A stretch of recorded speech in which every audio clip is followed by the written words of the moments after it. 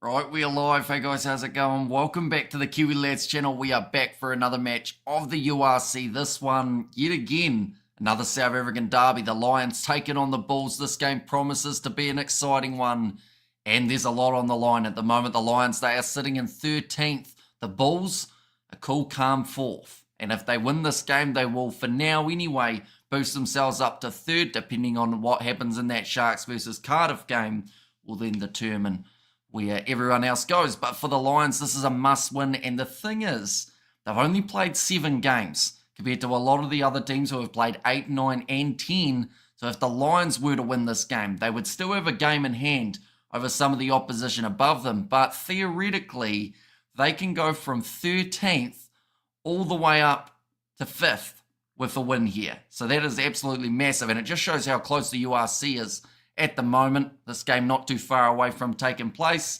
So in a couple hours' time, we'll know whether or not the Lions have made that leap, whether the Bulls will be safely in the top 4. But looking through at the starting lineups, first of all, for the Lions, looking like a pretty strong team overall. Juan Schoolman alongside PJ Botha and also Nalaba Kanye slotting in as the tight head prop. Oosterhuizen and Delport will be the locking duo, with JC Pretorius getting some starting minutes. I know that he is a player that a lot of people want to see more of. We are used to seeing him in the 7s. Of course, only gets 7 minutes to really work his magic in that competition or that format, but now gets a lot longer here. Ruan Fenta in that number 7 jersey, and Frankie Horn at number 8 as well. Morne Vandenberg will be the starting 9, with Sam Francis slotting in at 10. In the midfield, it is Jonker and Van Wyk. And then out on the wings, Edwald van der Merwe, Richard Creel, and Juan Horn at number 15. So a lot of potential Springboks for this year. Of course, Rassi last year, we saw 50-plus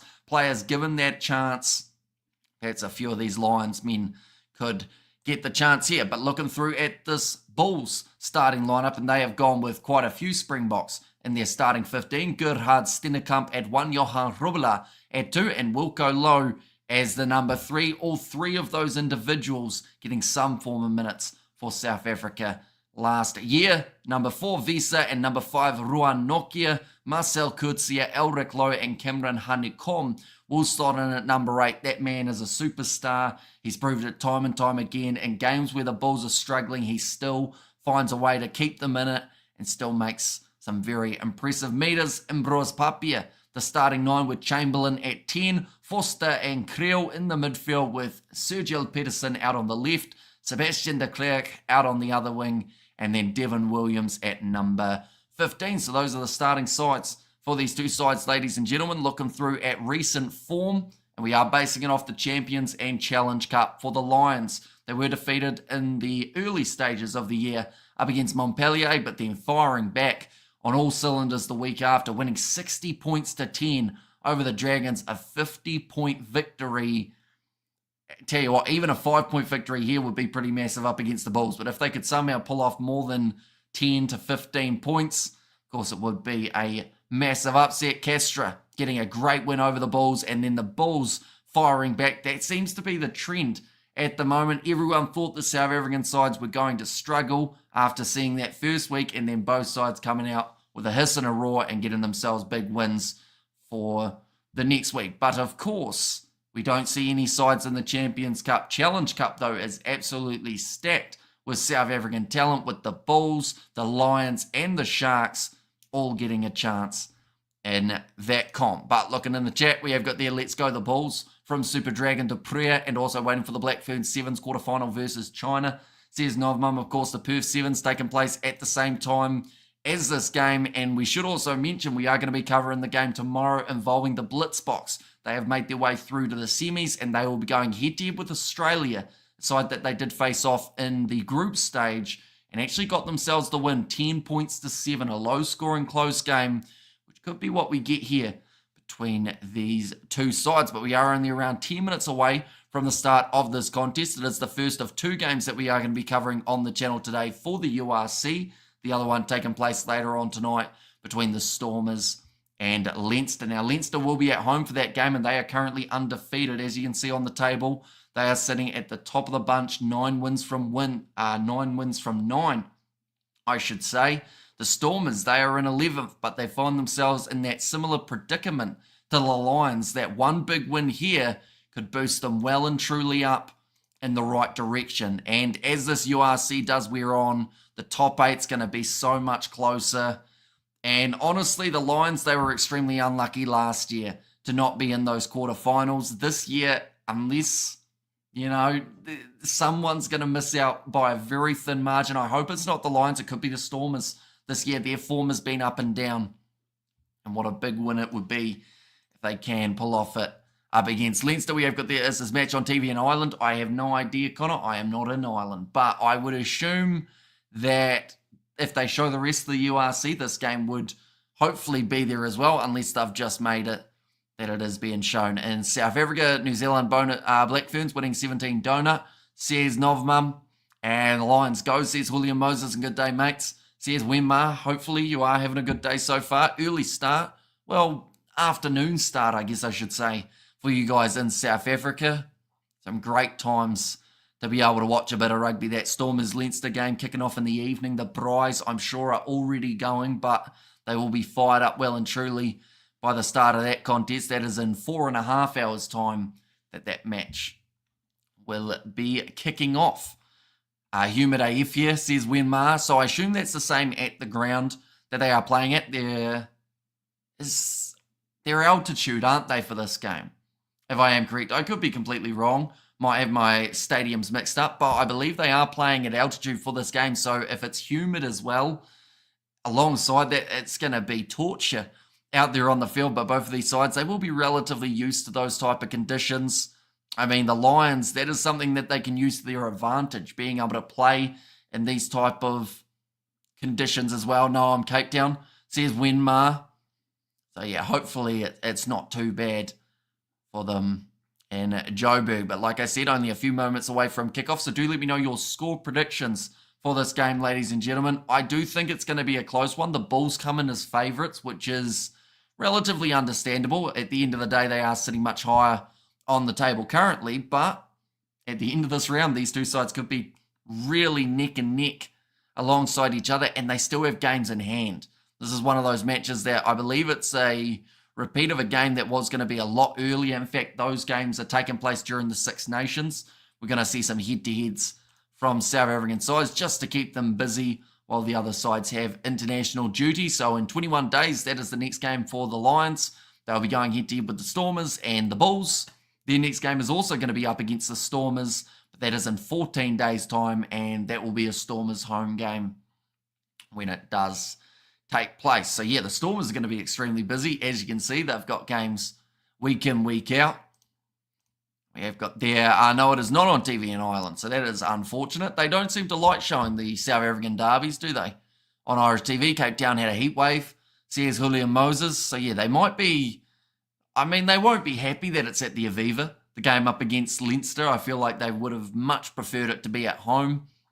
But yeah, who knows how the Stormers are going to go. They've at least got a strong side. Both of these sides look stacked, by the way, heading into this match. The amount of Springboks in that Bulls side is very impressive. I know a lot of people talk about the Sharks and their Springbok capacity that they have, but this Bulls side is just as many in terms of that whole starting forward pack, with the exception of maybe one, has had decent minutes for the Springboks. And then if you cut out Marcel Coetzee, everyone else in that side, in terms of the starting lineup, and also Cobus Vesa, of course, everyone's had minutes at international level. What's your prediction for France versus Australia? Says Katzenel. If we're talking about the quarterfinal, it's already taken place, and the Australians managed to get themselves the win there. Unless, of course, you're talking about a semi-final, a quarterfinal for the women's sevens, it might be in that case. So I'd probably still say Australia. They're pretty strong, definitely at home. I'm going Bulls 23, Lions 25. It's Connor's prediction there. So probably not a mile off, I would say. I think we're going to see both of these sides bring up around that 20-something type of range. Of course, bonus points are on the line as well for these teams. They want to get as many as physically possible early on in the comp so that you can, rest certain players as you make your way forward. But the one thing that all of these South African sides, in fact, all the URC teams are chasing is a home quarter final. And even better, home semi and then a home final at the end of the competition. And that is where we see the Bulls, they talked about their priorities. They said they want to win the URC. They weren't worried about the Champions Cup. They've ended up in the Challenge Cup, so they still have to play more games. In fact, around the same amount of games as they would have played had they qualified for the Champions Cup round of 16. But it's going to be an opportunity to blood some new players. It might be a bit of a genius plan. Now, I know Jake White has got a huge amount of stick, but if he's found a way of resting his key players during those games and giving all the guys that don't normally get to play URC rugby a bit more of a crack, you know, it might all work out for the better in the end. But, yeah, we'll have to wait and see. Of course, it's easier said than done. Who knows? Maybe a South African side once again will win the Challenge Cup. It is possible.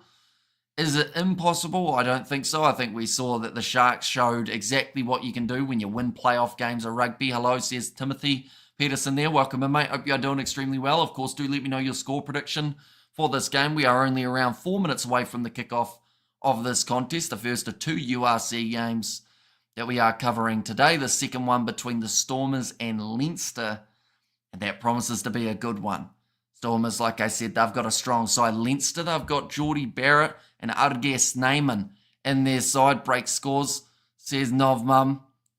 So I assume Black Ferns are probably winning that game pretty comfortably. That is one problem that they've got with the women's sevens at the moment, is there's just so many one-sided games. Like even the semi-finals to a certain extent do end up being completely one-sided, and everyone normally is just waiting for that eventual final between New Zealand and Australia, although sometimes we get to see the exception in France, or someone will sneak in there and then normally get beaten badly in the final in a one-sided affair. But this game now, we are just about to see what the ground looks like for the day. I'm hoping it's going to be nice sunny conditions for this matchup and no rain around.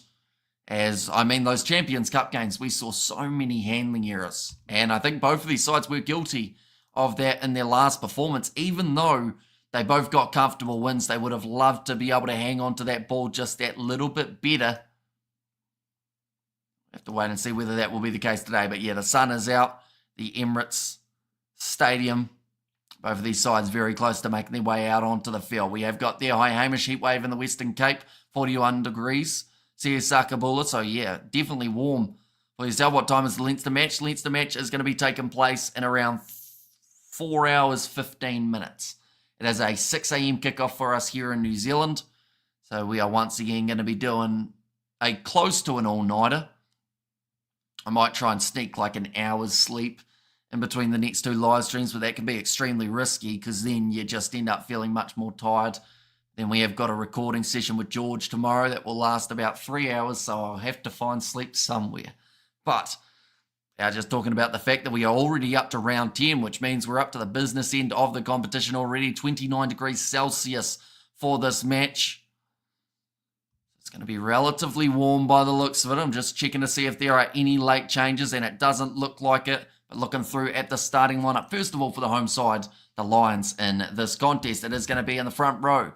Schoolman, PJ Bota, and also Nalabakanye, Oosterhuizen and Delport in the locking duo with JC Pretorius, Ruan Finta, and also Horn as the number 8. Morne Vandenberg, massive opportunity for that man. Try and work his way back towards that Springbok kit. Sam Francis in the number 10 jersey. Jonker and Van Wyk in the middle. Van Wyk on the outside. He's going to be dangerous in this game, but he's going head-to-head with David Creel. So that will be a very intriguing battle. Edwald van der Merwe out on one wing, Richard Creel out on the other, and then Juan Horn at number 15. Looking through at this Bulls starting lineup, it is Gerhard Stennekamp alongside Johan Rubla and Wilco Low, all men who have had Springbok minutes for 2024. Kobus Visa and Ruan Nokia in the locking duo with Marcel Kurtzia, Elric Low, and Cameron Hanekom as the number 8, and Bros Papier and Biota Chamberlain as the number 10. Harold Foster, he will lead the Bulls out for his 50th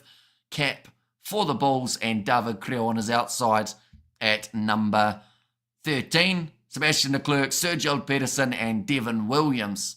They are the 3 at the back for the Bulls. But those are the starting lineups, ladies and gentlemen. We will get on to the benches a little bit later on, but for now, these two sides are just now making their way out onto the park to be raring to go for yet again another match. It's going to be an important one too. Points are hard to come by. Go the Bulls. Are you doing the Stormers or Sharks games? I see they overlap, so we are doing the Stormers game up against Leinster. But yeah, it is unfortunate that they do both overlap with each other. Hey man, long time. When is the Super Rugby starting? Says Quandili. It is mid-February that we get to see Super Rugby start up, so not too far away at all. I'll get you the exact date of the first round. It's the 14th of February, and that'll be Crusaders versus Hurricanes. So a pretty big game there. We will be hoping to cover quite a bit of Super Rugby on the channel yet again, alongside the Six Nations as well. Could JC Pretorius be a great alternative for Damien Dialende? My Oz and Zar roommates disagree. Says Katzenel. I don't think so, just because they seem to like him as a forward at the moment. And, of course, Damien Dialende is in that back line. So, for that to happen, JC Pretorius would have to prove himself more worthy of that 12 jersey than someone like a Andre Esterhuizen or a Lucanio Arm. And at the moment, he struggles to get starting minutes for the Lions. So, yeah, I don't see it happening. I think, first of all, he would have to have a season at least playing in the back line rather than the four-pack. Yes, he's versatile. We've seen that from the Sevens, but, you know, I don't think they're going to give him that chance. Who's your money on between these two teams? Well, I am not a betting man because I'm terrible at predicting, but the Bulls should win if this was on neutral ground.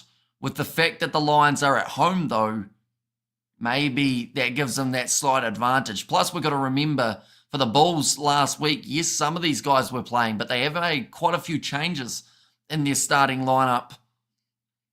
Both teams coming off great wins last week, so I think it's just going to be a really good game. To be honest, honestly, it could go either way. That's one of the most exciting things about when South African sides go head-to-head. You just never know who's going to get that win. And Lowell Carmen says win for the Bulls, 53, Lions 16 prediction. That would be a great early start for the Bulls, that is for sure. Can I ask, did Richie Mo'unga retire? Says Guandele, not necessarily. So he's having a bit of trouble in terms of trying to get back to play for the All Blacks at the moment. That is due to the disagreements between his club side and New Zealand Rugby. But the thing is, he made the choice. He decided to go to Japan. He knew that he wouldn't be eligible for the All Blacks just because he feels like now he could slide into that number 10 jersey. Like, he knew when he locked in his contract, when he accepted big money, that he wasn't going to be able to play for the ABs. No matter how much we saw Scott Robertson big, like, it just wasn't going to be able to happen. And I just don't see it happening either. But once his contract with his Japanese side is up and he's finished making his millions, he can then go back to the All Blacks. Hello, Hamish and friends, says Rhea. Welcome in, Rhea. Hope you're doing well. JC Pretorius looking for the turnover and the breakdown, and he does get it. Early one, just like we saw from the Blitzbox earlier on in their quarterfinal up against Fiji, just locking over the ball. Someone like an MPV, so we saw him doing it often throughout the Perth Sevens. But now, he will be able to kick this one towards the touchline here, Sam Francis. We have got Rhea, says Winmar in there as well. I'm going to see it here. Marcel Kurtzia just hits the ground and straight away JC Pretorius dives over that ball and definitely was not going to be letting it go. It's hot in Pretoria and hot in Johannesburg. Going to be energy sapping, says Stefan. Yeah, I think this game's definitely going to be a hard one for these two sides, definitely after that 60-minute mark, and that's where your subs become so important, because if you get your subs wrong, you're going to be struggling in the later stages of this match. Already the referee having a little bit of a chat when it comes to line-out time. Okay, PG Aborta with the first throw of this contest. We're only 2 minutes in. Chance for the Lions to try and use that rolling ball, or at least it would have been had they not lost the ball. Going to be nicely claimed by Ruan Nokia. And now Ambrose Papier being told to use it. Stormers play the Bulls home next game of them, says William Moses. That is true. And the Lions, they have also got the Stormers not too far away from that game taking place too. Advantage now for the Bulls on the halfway line. Marcel Kurtzia tackled low By the Lions lock. Cameron Hanekom gives it off to Foster. Going with the kick in behind, but sitting back there to take it is Juan Horn. And a few injury troubles last year. Sits Hanekom down. Something you don't see too often. And who do you think will win the Six Nations? My money is on Ireland. Yeah, Ireland at the moment are pretty up there in terms of favourites. France as well are looking pretty good though. In terms of their club rugby at the moment, they have been doing extremely well. And most of those guys playing club rugby will be straight into that Six Nations team. We are just seeing the contest in the air between the two sides. Slight knock on there from the Lions. And then a good tackle out wide from Elric Lowe to wrestle JC Pretorius into touch. I'll put my money on France. Says Sakabula. Looks like there's actually already an injury in this game. Not what you want to see when you're only 3 minutes in. And also not what you want to see as a coach, because then you know that someone's going to have to make their way off the bench extremely early. Which, of course, is not what you want. Right, looks like they're going to be all right, though. Ustays and back up to his feet. Are Ireland playing England on Friday or Saturday? I am not too sure.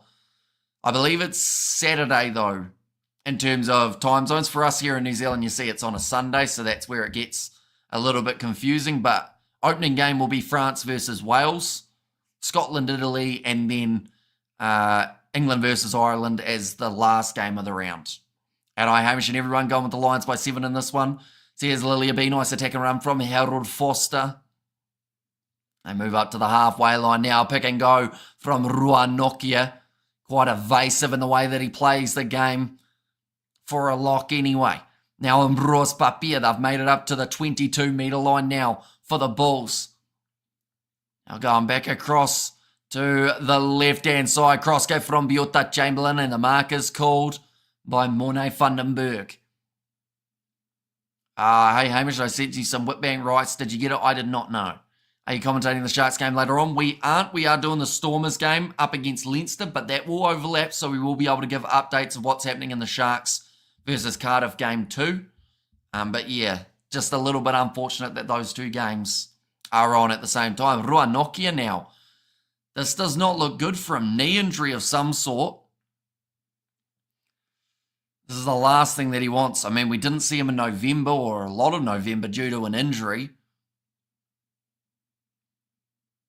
So he gets the offload away and then Nalabakanye lands on him. That's like 135 kgs, a man coming right down on your back. Which is an interesting sentence when you say it that way. But it wouldn't have felt nice. Now, which country is hosting the next World Cup? Do you think South Africa can do history and win it for the 3rd time in a row? So it will be in Australia, heading down under for the World Cup. It'll be interesting because we are still far enough away that we have no idea what these sides will look like for 2027. So the teams that are in great form now may not be the teams that are in great form later on. Nah, this isn't good for Ruan Nokia. This looks like his day is going to be over. He wants to carry on. The ref is hurrying him along, saying we have to keep going, boys. Jake White, he's looking a little bit nervous at the moment, knowing that that would be losing his standout lock. But Morne Vandenberg, he did, of course, take that mark. So now he will be kicking it downfield. Ref says, let's get back underway. That one has gone out. Kicked it extremely high, Morne Vandenberg. Wanted to make sure maybe that the wind took it a little bit more. I think they did say that there is a little bit of it. The stadium also 29 degrees Celsius in terms of heat. So it's a bit of a warm one. Although by the sounds of it, not as warm as some other regions in South Africa at the moment. Oh no, they do make the change. Ruan Nokia is off. That is massive for the Bulls. And we talked about how this game could be close. Maybe losing Nokia could be the difference maker. But it will be Ludwig who makes his way onto the field. David Creel with the wide cut out pass to Sebastian de Klerk. He will show off his pace. Gets around the outside and eventually is wrestled down on the 22. Creel has to play half again. Now shifting this ball nicely, although bounce pass goes to Eldrick Lowe. Drop down low from Reniard Yonka. Now Marcel Kutsia tackled JC Pretorius again, tried to get over the ball just like he did in the early stages of the match. Selling a dummy from David Creel. Does decide to hang on to it. Papia goes back across to Marcel Kutsia. 6 phases in a row here for the Bulls. Only sitting 6 minutes through the contest. Now out wide, Devon Williams. Nice inside ball. Hanekom complains here. Is this a deliberate knock-on from the Lions? Because if it is, this could be early trouble for them. No, it's just a knock-on. So that was dropped by Cameron Hanekom, who felt like there was a deliberate knockdown from Juan Horn. Oh. Are they checking this one again?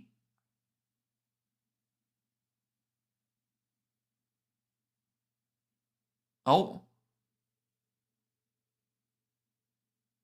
Okay, so there's actually going to be a penalty to the Bulls. While the TMO was looking to see whether or not there was a deliberate knockdown, he has found a no-arms tackle in back play, so it's going to become the penalty in favour of the away side. No-arms tackle, I wonder who actually did that. I didn't pick that up at the time, but it looks like Chamberlain, he is kicking for the corner. Bulls are certainly looking for the full points available from this fixture. A nice kick into touch. We haven't actually seen a replay of that tackle as of yet. Now a chance here for the Bulls to get their rolling maul going. Ready to throw it in as Johan Rubala. Well taken, although that might have been a knock-on. Yes, it was. Just as it was getting transferred back to the exit of the rolling maul. Wasn't quite successful. When will the 20-minute red card come into play in the URC? I don't actually know if it will. I think that is one of the trials that for the Champions Cup they decided to opt against. And I think it's a bit the same for the URC, unless I've missed an update somewhere along the lines. But it does seem to be that for now anyway, it's just Super Rugby. And a couple other competitions. But yeah, they don't seem too keen on it for the URC. And that's honestly one of those ones that a lot of people can debate for a long time, whether or not they want a 20-minute red card or not. I think it is also a little bit situational, depending on what the situation was. That one's going to be a bit wonky at scrum time, so both front rows stand back up, and they're going to have another go. They have got Nalabakanye, so probably the heavier pack. Sounds harsh, but is true. He is an absolute unit, but he's going up against Gerhard Stennekamp. In fact, my apologies. Even with his size, they are still 9 kgs lighter. That just shows you how big this Bulls pack is, though. The likes of Eldrick Lowe bulking them up. Cameron Hanekom at the back. Wilco Lowe, he is no small individual either. Now 10 metres still out from their own line here. The Lions big scrum and penalty goes the way of the Bulls. So winning it against the feed. Have they not done away with the 20-minute red card? They have in these type of ones. So of the trials, they decided to leave that one behind. Although in Super Rugby, I believe it is still a 20-minute 20-minute red card. And that can then be decided by the officials. So like you can get a yellow card and then they can decide if they want to upgrade it or not. Looks like the Bulls this time, rather than opting for the corner, they will go for the 3. So try and get some points on the board nice and early here.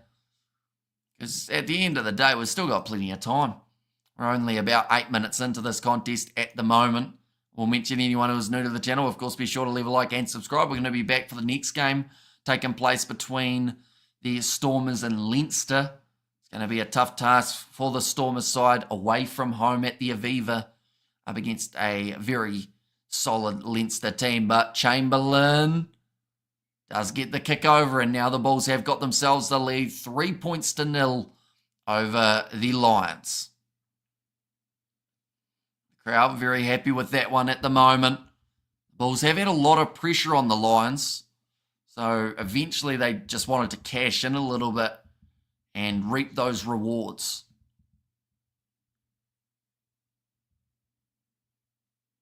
Trying to work out who the ref was talking to there. I think one of the players as they were walking back.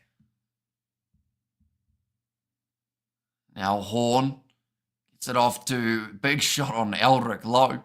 To be fair, I think 20-minute red card will be in the Six Nations. No? Maybe, actually. They might be bringing it in. Yeah, it seems to be a little bit pick and choose in terms of what grades or what matches they actually decide to use it in or competitions. It's going to be kicked downfield from Emirates Papier. That one goes into touch. Because it also seems to be a little bit the same with how much TMO interference we see. Also shot clocks, how long they are going to take.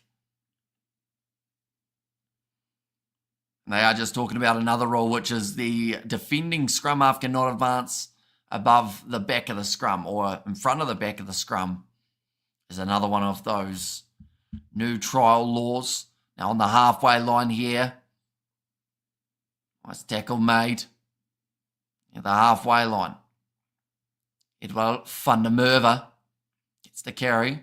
Kjuan Horn joins the breakdown, which does mean he's not in that 15 jersey. If they can get a quick fire turnover here, the Bulls, and they're going for a bit of a counter ruck. It's come out the side. It's scrappy. It's ugly, but that has bounced out on the side of the Bulls. Great hands from David Creel. Wrestled down by JC Pretorius. And now Sergil Pedersen with a pick and go. They've got good momentum in their favour at the moment. The Vodacom Bulls going back across to the right-hand side. Emirates Papier doesn't quite make it through. Now another pick and go. Stennekamp wrestled down. Marcel Coetzee thought about going and almost stolen there by the Lions. Yes, it is. That is a brilliant turnover. That's now twice that Coetzee has hit the turf and they've been able to get the ball back. And that's a very good kick downfield from the Lions, relieving the pressure.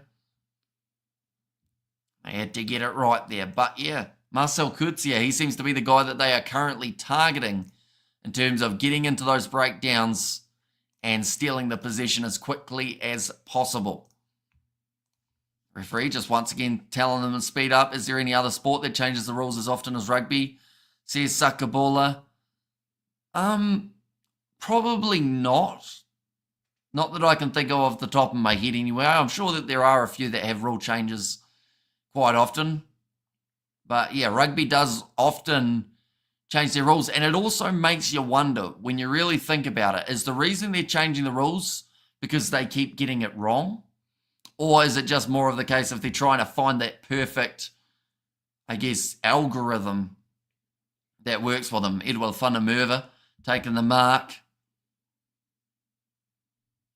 Just getting a bit too much on that one for Emirates Papier. Now Edward van der Merwe, he's been told to go for it.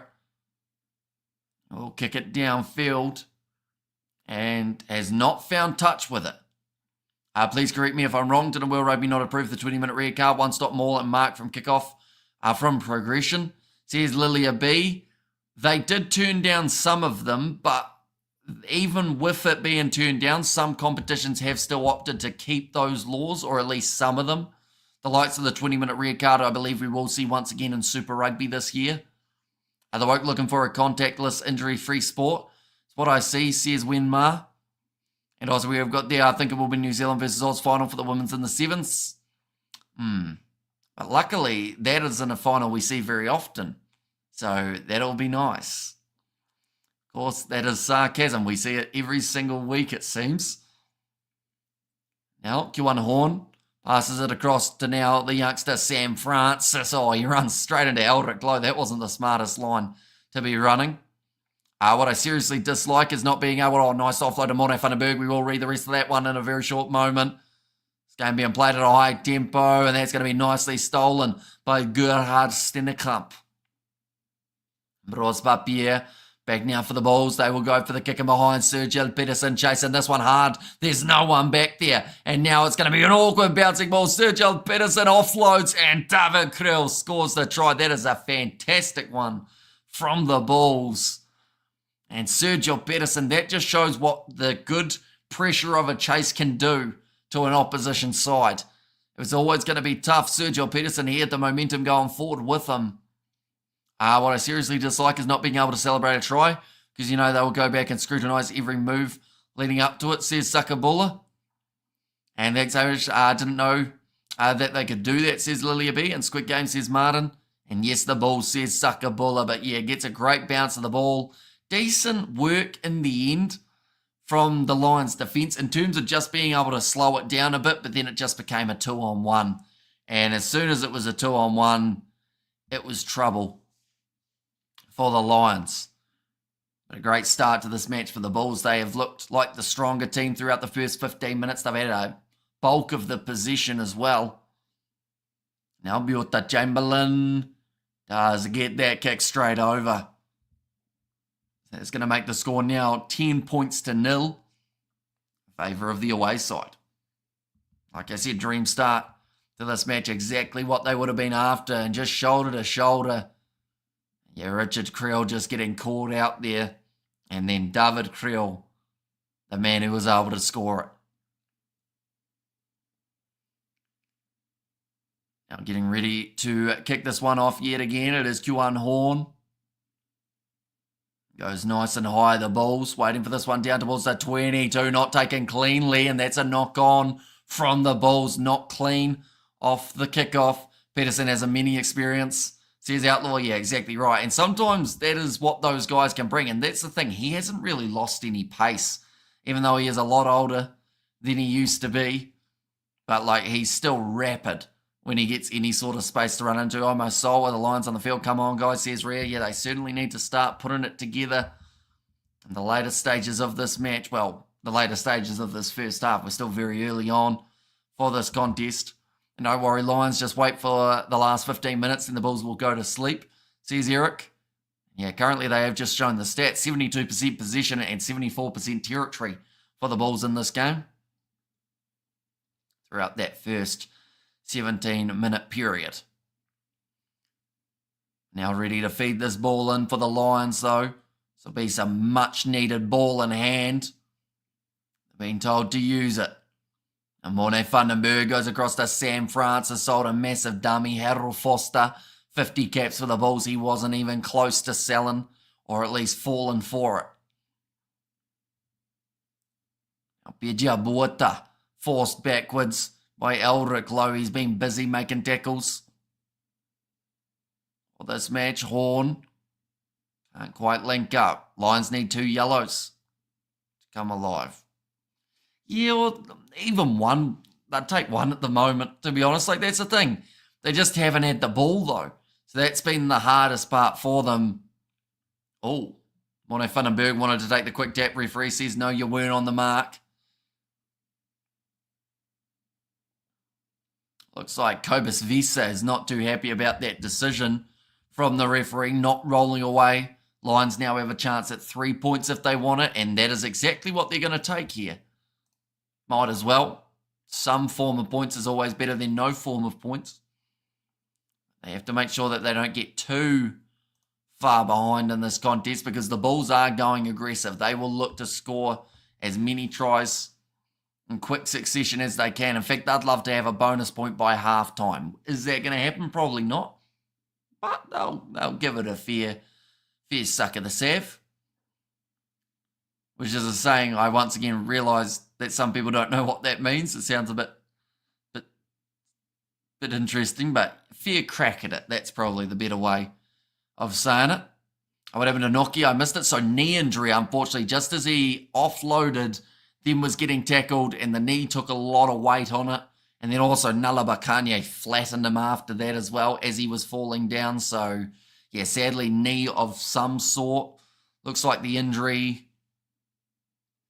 So, yeah, brought on Ludwig extremely early in the match for the Bulls. It hasn't really hurt them as of yet.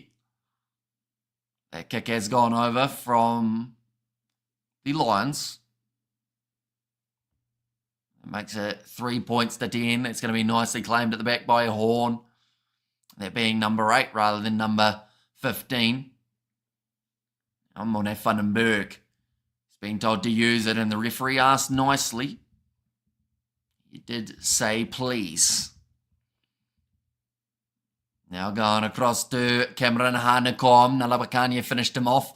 Says Wenman, oh, what a run this is. From Cameron Hanekom. Good day, Hamish and gang. Says never welcome, mate. Hope you are keeping well. Sebastian de Klerk now on the short side. Bulldozed into touch. Nice work from Henku Fun Fake. Force him into touch. Already a quarter of the way through this game. It is absolutely flying by. Of course, that next game that we are doing is Stormers. When they do go head-to-head with Leinster.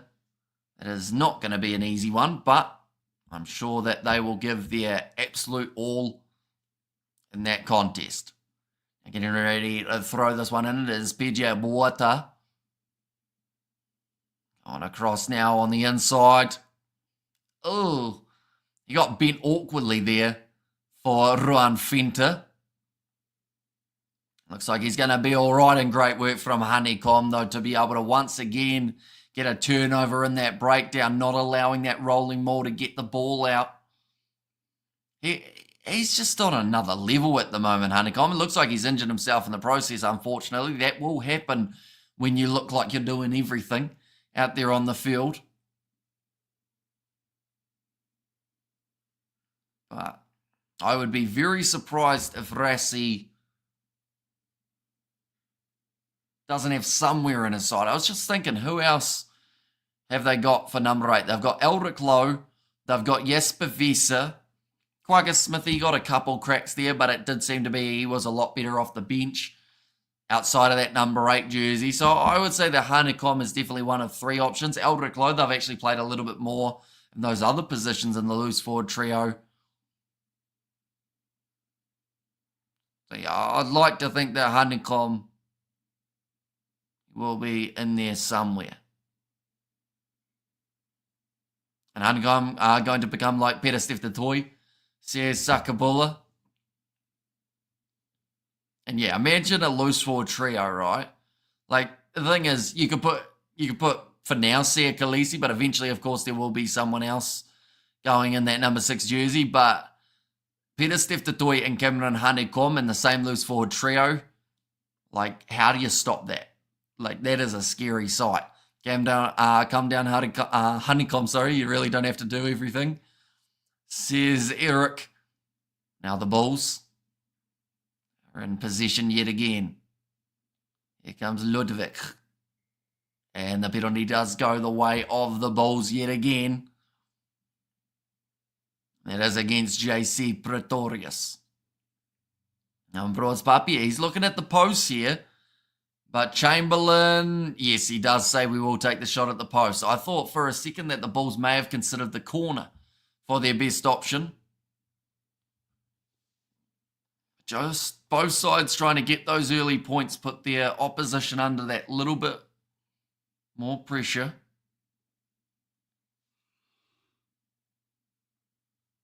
I should mention I am not yawning because of this game. I am yawning because it is currently 2:15 a.m. here in New Zealand. We have had a very much so lack of sleep, seeing as I have not slept today. Now, Chamberlain, ready to take this kick for the Bulls. He struck it cleanly, but it has gone away to the side. Jesper Visser is an incumbent against the likes of the Kiwis. He would start. The rest are competing for the spot, says Robert. Yeah, a little bit of a surprising miss for Biota Chamberlain. And that does hurt a side when you decide to go for the easy, or at least the easy 3. And it does end up not being successful. Now it is going to be that 22 dropout. Already, I think we're seeing a couple tired bodies out there on the park, even though we're only 24 minutes in. Commentator has just said he felt like they should have gone for the corner there. Here comes Cameron Honeycomb yet again. Where hasn't he been throughout this game? And he almost busted his way through, but Nalabakane lands on him. Already learnt that can be absolutely brutal. Just starts Ruan Nokia. Now here comes Honeycomb again. He only just had a carry. He's always involved, hey, Hamish? I have to be honest with you. I don't know stuff about Rice. I'll be honest, Martin, I know. I'm curious at why you chose Rice, though, out of everything. Like, you could have gone something to do with, like, the Euro in terms of its going up and down, or the Rand. But you went with Rice, so I am curious about that. Do you even eat rice? And this is a good time for Honeycomb picking up caps off the bench. So he will have the experience in the 2027 World Cup, says Sakabula. I just hope he gets there without an injury, because the way that he works out there on the field and the amount of breakdowns he hits, the amount of runs that he has, the tackles that he makes, that can injure you eventually. Like, no matter how safe you try and be, if you're playing that hard, all it takes is one wrong fall. So I really do hope that he's one of the many great options that the Springboks have for that 2027 World Cup. Bulls still missing a Pollard or a Mornay Stain at 10, says Eric. Seen one scrum penalty against the Lions so far that was actually off their own feed as well, just to build a bit more confidence for the Bulls. And it's going to be a nice solid one. And Baros Papia going off to the left-hand side. Here comes Forster. Now Papia goes across to guess who? It's Cameron Honeycomb, but unfortunately there was a bit of a shepherd coming from Eldrick Lowe. He's disappointed about it. Honeycomb. That's a massive kick from the Lions. 50-22, anyone? Is that a 50-22? Yes, it is. Great work from Kieran Horn. Of course, it would have been their line out anyway had he found it on the full, but it does bounce in the field of play. And yeah, Eldrick Lowe just running the line, ended up in front of him. Now, line out chance here for the Lions. Bulls need a lifeline or a leafling. And Drew Eric, unusual for the Bulls not to have a real general at 10, says Sakabula. So I will ask, let's say that Pollard's not coming back to the Bulls, neither's Mornay Stain, of course, seeing as he's older. Who is someone in the world of rugby at the moment that you think would make a really good fit for that number 10 jersey for the Bulls? And in fact, we'll go, you're allowed to pick one South African, but also you have to pick an international player from a different country as a number 10. Who do you think would fit the Bulls mould that they have at the moment? Big run forward from Nalabakanye. They're only going to be 5 metres out from the line now. Honeycomb very slow to get back up to his feet. In fact, he might have a bit of a head knock here for Cameron Honeycomb. And Vesa is good. Honeycomb from the bench, says Eric. But do you think they'd go Eldrick Lowe off the bench? I know that Honeycomb, based off current form, you'd probably pick him over Lowe, but is there a chance that they'd look at Lowe because of that versatility? Or Quagga Smith, how do you get rid of him? You're definitely going to need that 6-2 split. I would like to see a Honeycomb at 6, 7, Ruan Fente and Lowe at 8. Says Stephen. It would be a dangerous trio. Now Kieran Horn tries to slam Sergio Pedersen into the ground and does just that. And back across. Oh, that looked like a tackle off the ball on PJ Borte. Yes, it was. And the penalty goes the way of the Lions. This is another easy 3 straight out in front of the post if they want it. Masuku may get pissed with Hendrickse ahead of him when he knows he's better, says Robert. So do you think that Masuku would consider a shift to the Bulls in that case? It'd be an interesting choice. Probably be able to shore up that kicking a little bit more for them. Because that's the thing, Borta Chamberlain, for me, yes, he can play 10, but I still think he's more of a 15. But then saying that when they got Devin Williams, it makes it tricky, I should say. Maybe he would, says Robert. Sam Francis, nice easy one out in front of the sticks. They had the extra point. So the Lions in this game, already I have to say, it doesn't seem like they're chasing a bonus point for 4 or more tries. They are instead chasing a win, which is just as valuable at this stage of the comp. Lots of mistakes by Cobus Vesa. Yeah, that's the thing. With Ruanokia's injury, he became, I guess you could say in some regards, that experienced guy. I mean, Ludwig's got quite a bit of experience as well, but he's the guy who was starting, Vesa has to... Yeah, Honeycomb's off I think that's for an HIA. He did not look good before. He tried to get back up to his feet and kind of staggered back down. So he's actually going to be making his way from the field now, Honeycomb, just as we went on about how we don't want to see him get injured. 2 seconds later, he gets injured. But this one might just be the head knock rather than like a knee, as we saw for Nokia. Now, Morne Vandenberg, they are inside of their 22 here, the Lions, who replaces CR Honeycomb or Ross.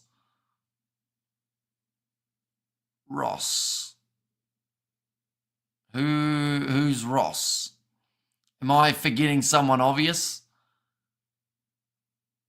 Are we talking about, I assume we're talking about that loose forward trio as well. That's going to be a loose ball picked up by Wilco Lowe.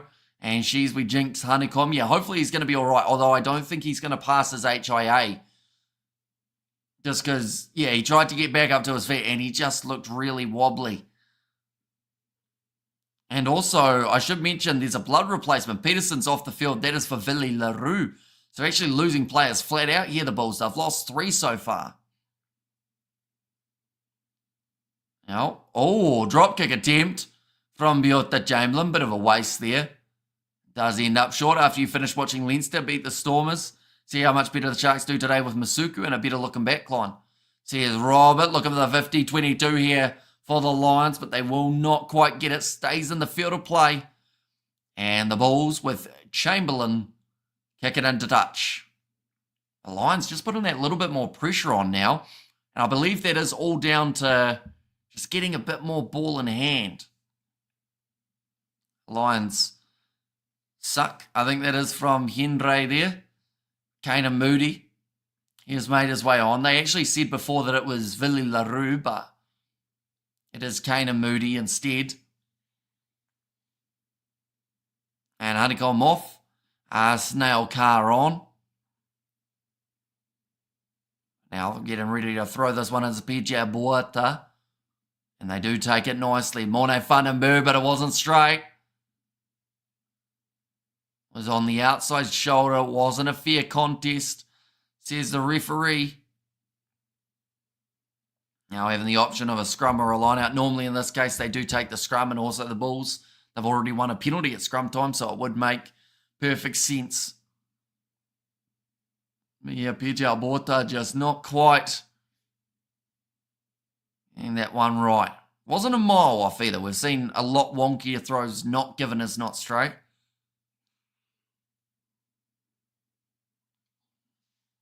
Another big yawn. I told you before the Hendricks brothers are overrated and inconsistent. Says Robert. I do like Jordan Hendricks though, to be fair. I think he's going to be a bright talent. I think he just needs more minutes under his belt to find his confidence. But him partnered with Masuku, I actually really like the combo of Hendricks at 15 and Masuku at 10.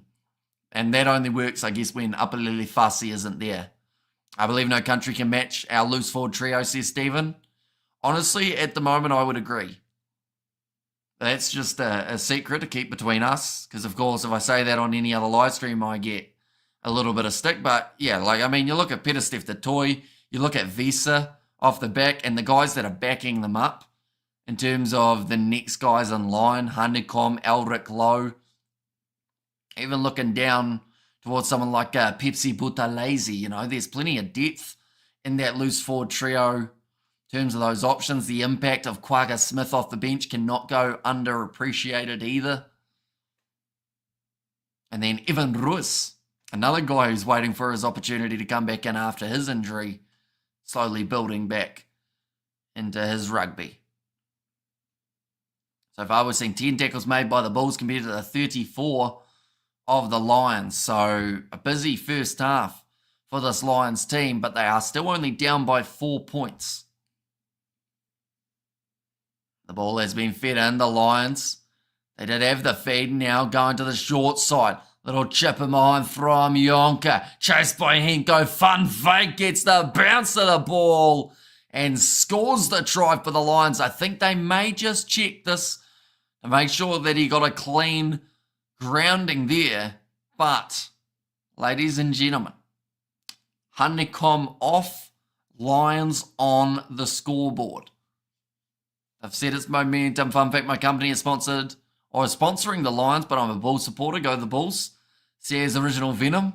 Also a little bit of a 50-50. Well, I mean, you're still probably going for the Bulls no matter how much money your company's thrown at the Lions. Henko Van Wyk does score the try. They've said that the Lions are back in it, but the Lions are doing more than that. The Lions are leading in this game now. 34 minutes through. And like they've said, a huge amount of dominance for the Bulls, but they just haven't really made the most of it. I have to say, though, this has been such a quick first half. Like, and I don't even think it's been like that speedy in terms of the clock. We've had a few stoppages, but something about it has just made this game go so quick. How did you learn to pronounce South African words? It was a lot of practice. Also, right back at the start, I did get quite a bit of advice from South African locals just to help me out with the pronunciation. Like right back at the start, some of you guys will know Johan, the rugby guru. We used to film quite a few videos on Rugby Challenge 4 back when we were a bit more of a gaming channel. So we've had a bit of a long history with him, and he's always helped us out with names that I'm not too sure about. Now Kewan Horn kicks that one into touch once again, a brilliant left boot. And Bulls trying to play too much rugby in their half, which leads to mistakes and chances for the Lions equals good try. Says Eric, and sorry, the company I work for. Says Original Venom. They're just talking about those little errors that have come so far throughout this game, including that kicking miss from Sam Francis. I expect a great tense game, so my resolve comes from the past. Says Original Venom, nicely claimed by the Bulls.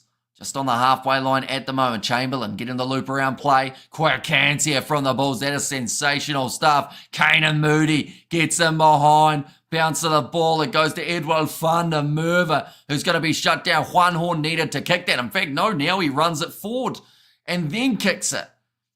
And there's another injury on the halfway line for the Bulls. I think it's Chamberlain. How many players have they lost already? Great run forward from Devin Williams, though. And the Lions locked over the ball. And it's JC Pretorius again who gets the penalty for his side. When will Juan Augustus get his chance? I think that is from Stephen. To be fair, he's been going well overseas, hasn't he? So, cross kick. They've decided to go quickly. I think that's, Henko van Wyk has just gone shoulder to shoulder with Sebastian de Klerk.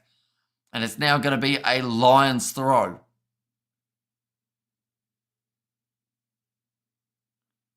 I think they're just checking to see whether or not there is a touch here. But yeah, Chamberlain down.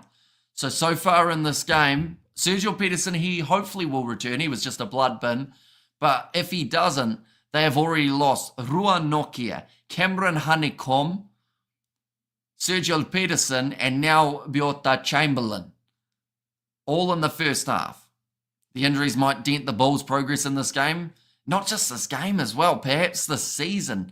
We talk about how much of a prime position they're in, but if they run out of players, if they end up like the Stormers, because of course they were known as the injury team not too long ago, it's going to be a lot of problems for them.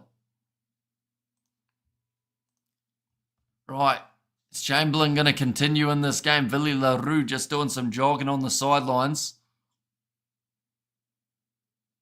Looks like it's actually the hand of Chamberlain. It's only 36 minutes in. Come on, boys.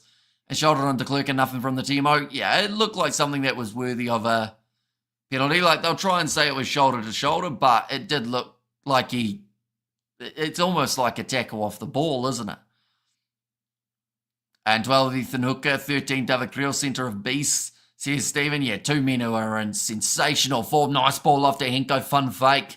They will be now 10 metres out from the line here. The Lions and some really good go forward. Morne Vandenberg gets it away now. JC Pretorius, he's hit hard. 5 metres out from the line now for the Lions.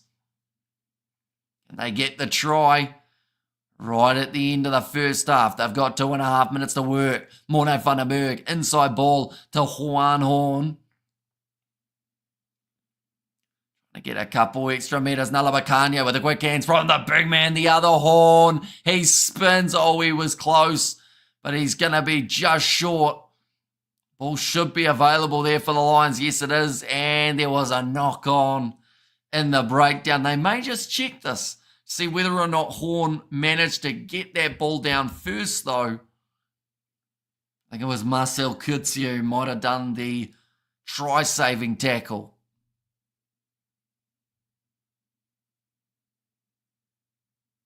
Going to see it here again. Nassim Carr helping with the tackle. That could have been David Creel's injury. Oh, great work from Kane and Moody. In fact, it was. Got the hands under it. Kia ora. Says Charles, welcome in, mate. You are doing well. Oh, Nalabakanya. It was actually a kick forward rather than a drop ball, but I think he then dropped it after the kick. Right. Sergio Peterson, he is back on the field. So his blood bin didn't last too long. Love the pronunciation of the names. Says Original Venom. Yeah, hopefully I'm not getting them too incorrect. But now chance for Ambrose Papier. They've just said how Cameron Honeycomb, it looks like he's not going to be returning to the game. And ever since he's made his way from the field, Lions have taken all the momentum. Like drastically. Currently sitting 39 minutes in. And now it's great, says Original Venom, but we do see there Honeycomb just sitting on the side with the bench. Nokia with the ice on the knee. Just a bit rough losing those two players extremely early. Our Lions much fitter than the Bulls. Are going to run them off their feet in the second half. Says Eric, nicely claimed by the Lions now though. 15 seconds remaining in the first half, I should say. Nike, or Adidas, or Adidas, depending on how you say it. I have more Adidas stuff than Nike. Like, I probably have, I have because it's like one that a few of the rugby teams have. Like, I've got some Hurricane shorts that have Adidas on it, and they're quite good. Oh, inside ball from, what happened there? The no-look pass doesn't work out, but they have got themselves a penalty now, the Lions. Do they want the 3 points to give them a 4-point lead here, or do you want to go for the corner? No, they will take on the points. I've almost appeared in your every stream. Says Charles there. And just hope Honeycomb is not injury prone. I think a lot of people are hoping that too. Like, if he is one of those guys who sadly pick up injuries often, like, it's going to be pretty rough for them. Like, luckily at the moment, he doesn't seem to be there. It's just he got his head in the wrong place and ended up with a concussion here. Sam Francis, he has already missed one kick today. For the Bulls' sake, they will be hoping that he misses a second. The question is Adidas versus Puma. If you know, you know. Says Original Venom. I do have a lot of Puma stuff, to be fair.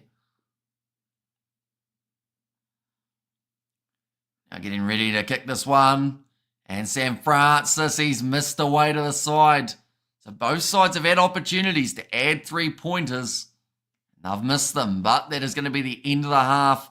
11 points to 10, a close one between these two sides. Only 1 point in it.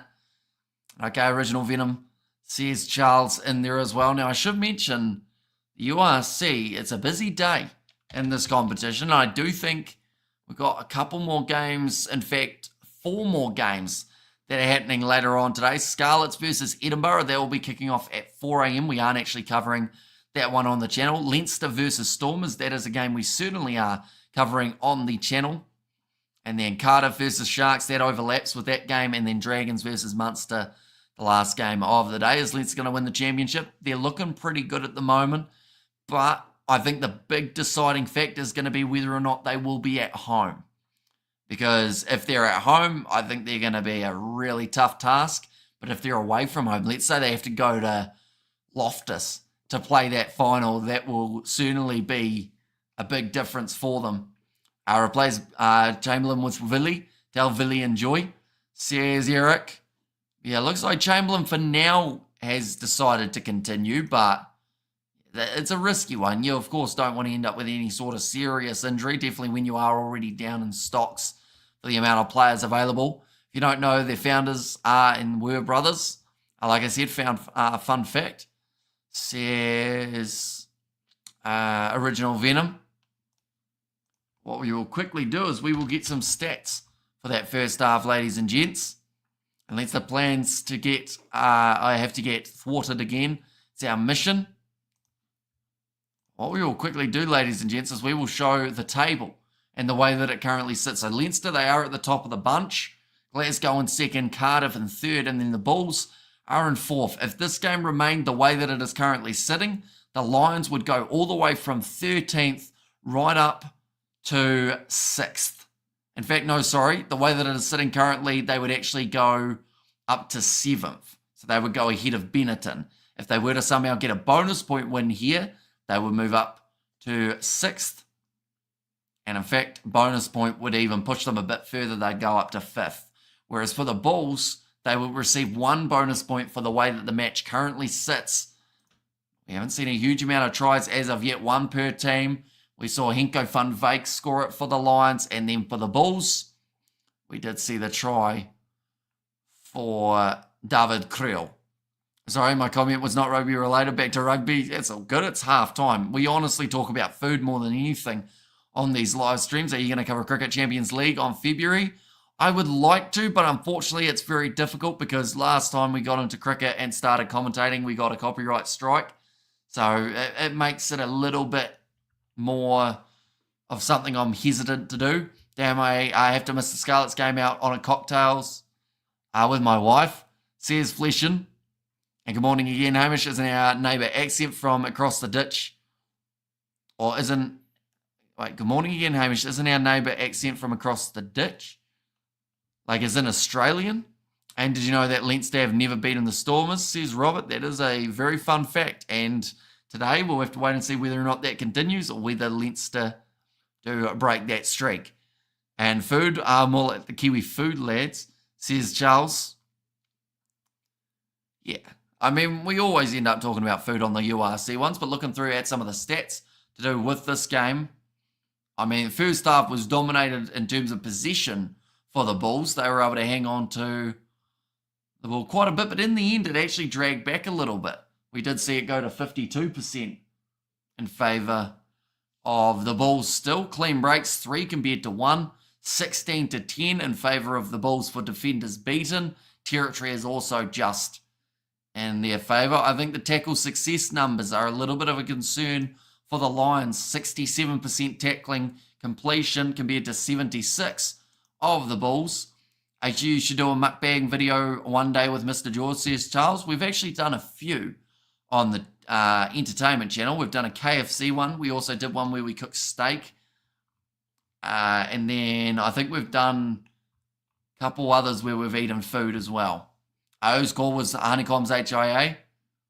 Lions doctor, game changed after that, says Eric. Yeah, I think that's the thing. I don't even know if he fully went for an HIA or whether they just knew that he wasn't going to pass it, so they sat him down on the bench.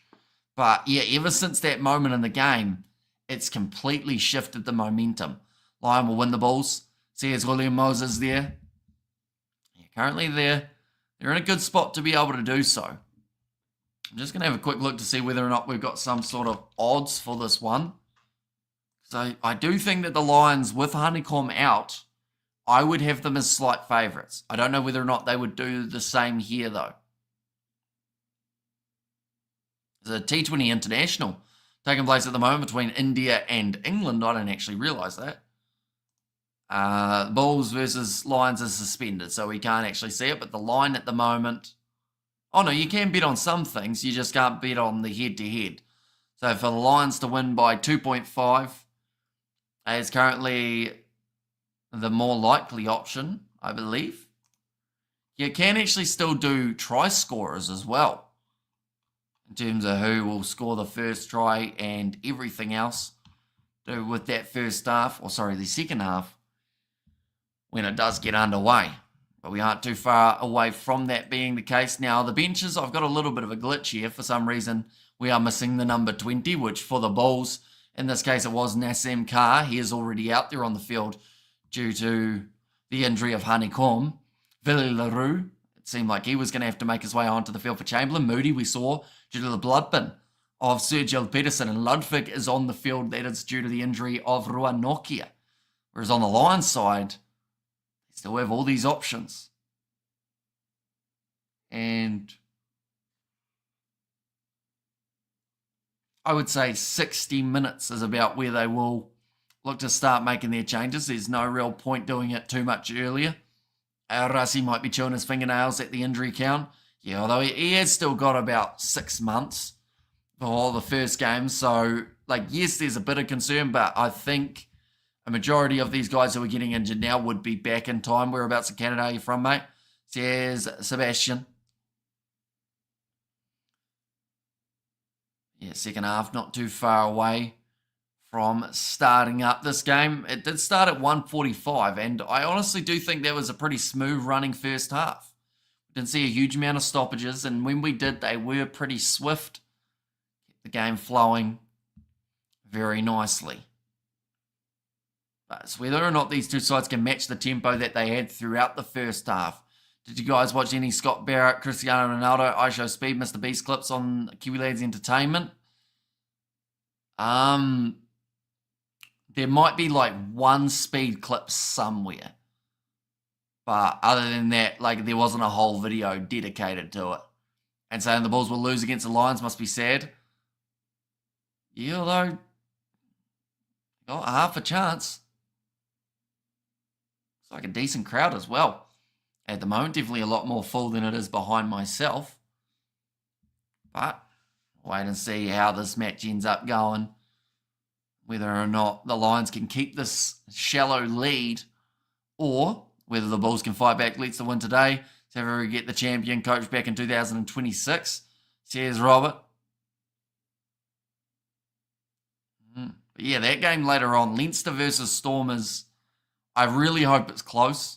Just because I feel like if it is, it will be a very exciting one. I hope Geordie Barrett once again gets a bit of the ball. Same with the Argeas Neyman for Leinster. And then for the Stormers lineup, they've got Marnie Libok. They've got Warwick Lant. I'm just watching the cheerleading in the background. They're chucking those females up very high. You definitely wouldn't want to drop them. That's fine. You can keep the champ coach. Says Winmar. I think they've stopped doing the big throws. They've decided that they're better off keeping them on the ground rather than throwing them up as high as you can. And how's the rum here, amigo? Says Fleshin and the Bulls coming on strong second half. Yeah, they pretty much have to. They've got a chance here if they come out firing to build a bit of a lead. But if the Lions can score first in the second half, that is where it gets very challenging for this Lions side. They started throwing them back up in the air. For some reason, I know that they should catch them, but I still get worried. You should there advertise that channel to you live right now, Kiwi Lads Entertainment. It lacks views. Says Chelsea, although George has always said that he wants to build it up naturally away from this channel, if that makes sense. Just because the last time we had a lot of people transfer from the main channel, no one actually watched the videos. So then it kind of killed the channel right then and then. So he really wants to build it up outside of the Kiwi Lads. And slightly better, but far from 100%. Says Sebastian there. Just showing the people in the stands absolutely loving the action so far. And honestly, when you get into a halftime like this, where it's 11 points to 10, either side have got the opportunity to win this game. Looking through it, what is to come? The Lions will be playing the Stormers. That is in 21 days' time. The Bulls, they play the Stormers. That is in 14 days' time. So the Stormers will be busy in 2 weeks' time and 3 weeks' time. But for now, they're just trying to get themselves another big win in the URC, and that would help them push a little bit closer to that top 3, depending on the result that happens later on. Will depend on whether or not Cardiff can advance a bit further. The Sharks, they also have a chance to leapfrog some opposition, depending on how it goes. You leak the name? Yeah, I mention the name every once in a while, but no one really goes over when saying it, so it's fine. And good stuff, enjoy your stay there, says Sebastian. Now, the cheerleaders are going to make their way from the field, which I believe means we are very close to the start of the second half. We will ask the question, who is going to score the first try? The exact player that you guys think. Is it going to be a Bulls player? Can they find their way through? I honestly think Kane and Moody, but I don't think he's going to be on the field at the start of the half. Oh, they're just saying about the Bulls being accused of fading away in the final 20 minutes, which means they have to do very well here in the next 20 to get it into a winnable position. Anyone but LaRue. Sodom says Sebastian. And champ coach Rasi is the champ coach, bro. Says Johan Labaskachny. Now, they are just talking about all of the guys who have gone off the field already for the Bulls. There is quite the list. Lions will score first. Who's the player you think? Julian, you're going with Henko van Veek again. He's already been able to do it once in this game. Maybe Edwald van der Merwe, Morne van den Berg with a support run. Could be an option for the Lions too.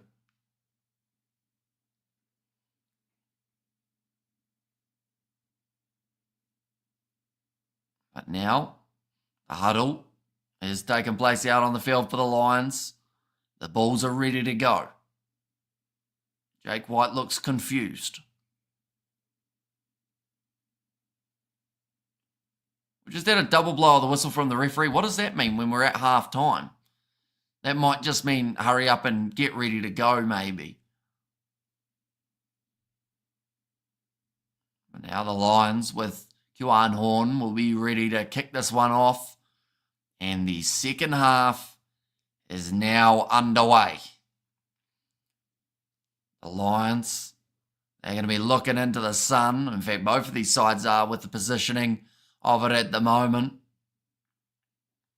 Ross Papia has this ball just outside of the Bulls 22. Looking to get that box kick nice and high. Ruan Fenta tried to charge it down, couldn't get to it. And speaking of not getting to it, the Lions looking to get that one with the high ball, but unsuccessful. Oh, yeah, good there. You're just a chill guy. Doesn't matter if the team you support loses, says Charles. Yeah, like, honestly, if it's a good game, like, no matter who wins in every situation, oh, that's going to be too big. Oh! Nope. Down goes Richard Creel. Got a little bit of a late shove from his brother. Oh! A bit of a push as well from one of the Lions guys. I don't think he realised that it was the brothers going at each other.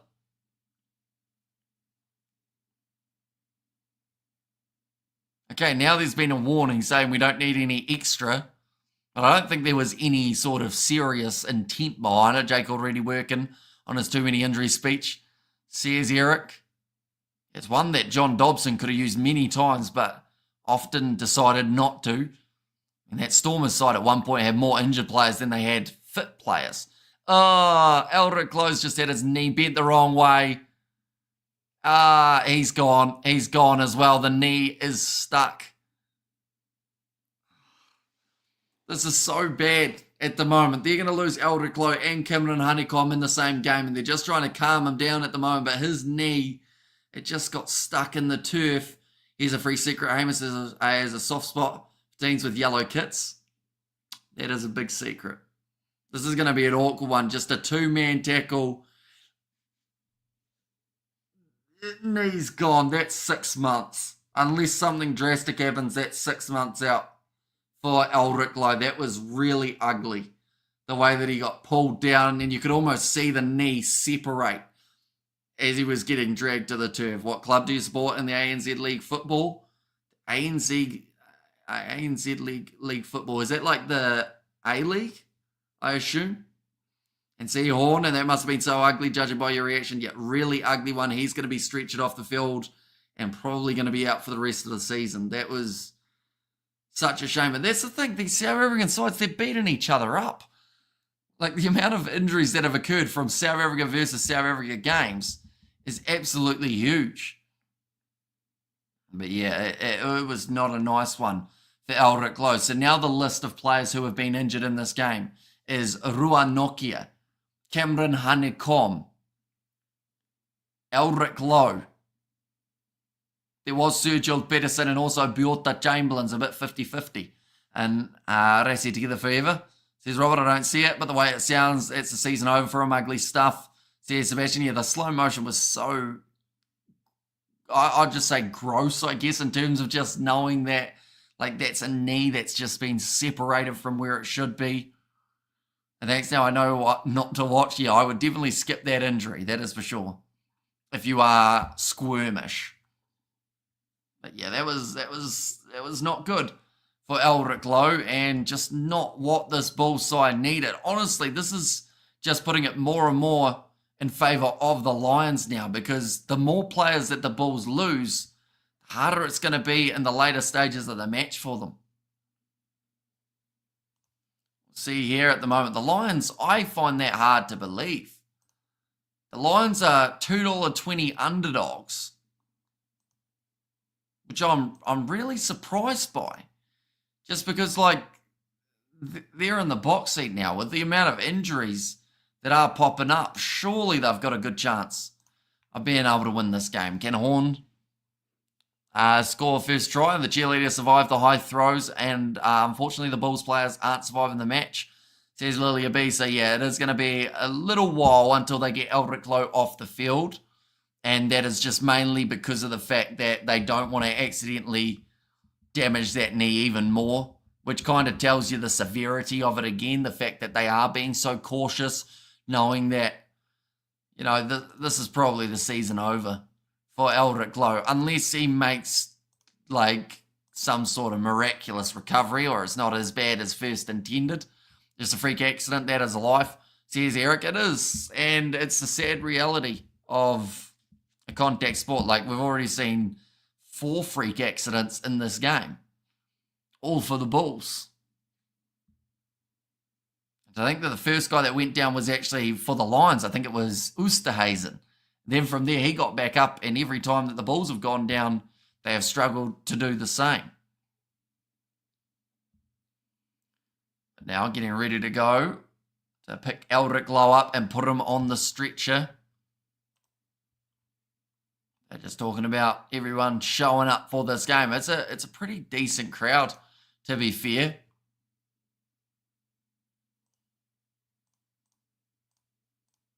Well, they're talking about 1995 and brutal blow for him. I hope he recovers soon. I hope so too, but yeah, just the way that it looked, it just looked like it's probably separated knee or something in there. New law in 2030, you're not allowed to tackle, says Wenmar.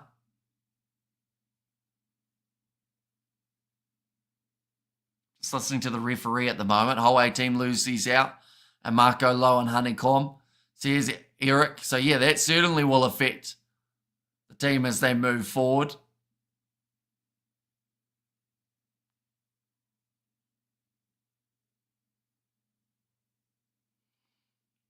Now, second half, still wearing on.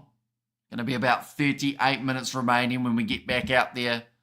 South African derbies are always tough for me. I live in Joburg. I've also lived in Durban and Cape Town. They have loyally supported the Bulls since they were the Joker Super Rugby. Oh yeah, so you've been around the Bulls for quite some time. They're still actually trying to get Elric Lowe on to that stretcher. So they are being very, very cautious. His whole leg is strapped up. He's in pure pain at the moment.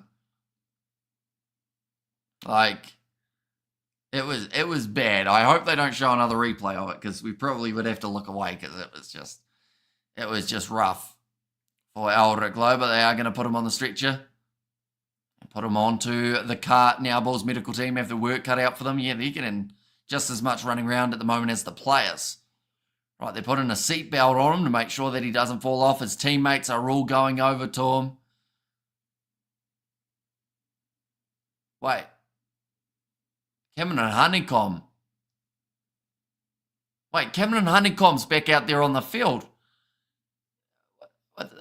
How have they managed that? Didn't he fail his HIA? Or did they get strategic and not have him? I mentioned about it earlier on. I didn't think that he actually had one. And that's why he's allowed back out there on the field. So he's going to continue with a head knock. That's interesting. And really interesting that they would allow that. I've been meaning to ask. Rugby 25 actually looks decent. With all Northern competition license, how's the gameplay compared to the other ones? Thinking about getting this one. I would wait a little while still, Seb. Like, they're bringing out updates, which is great. Me and George, we tried playing it when we were away on holiday in Wanaka. We played it on the big screen and had, like, everyone watching. And no one said it was a good game. Everyone said, wow, this game's very, very broken. Like, our game, we didn't even get to finish it because our players got broken and stuck. So we couldn't tackle a guy, and he just kind of shuffled up the field for about probably 10 minutes straight. So I'd still give it a bit, but it looks very promising, and hopefully it does get better. But the Bulls now in possession here with Cameron Honeycomb. That'll kick him behind. I can't believe that Honeycomb's back out there on the field. It's still early access, right? Yep, that is correct. So as it gets closer, hopefully, we'll see the Springboks, we'll see the All Blacks, and also Super Rugby teams all going in.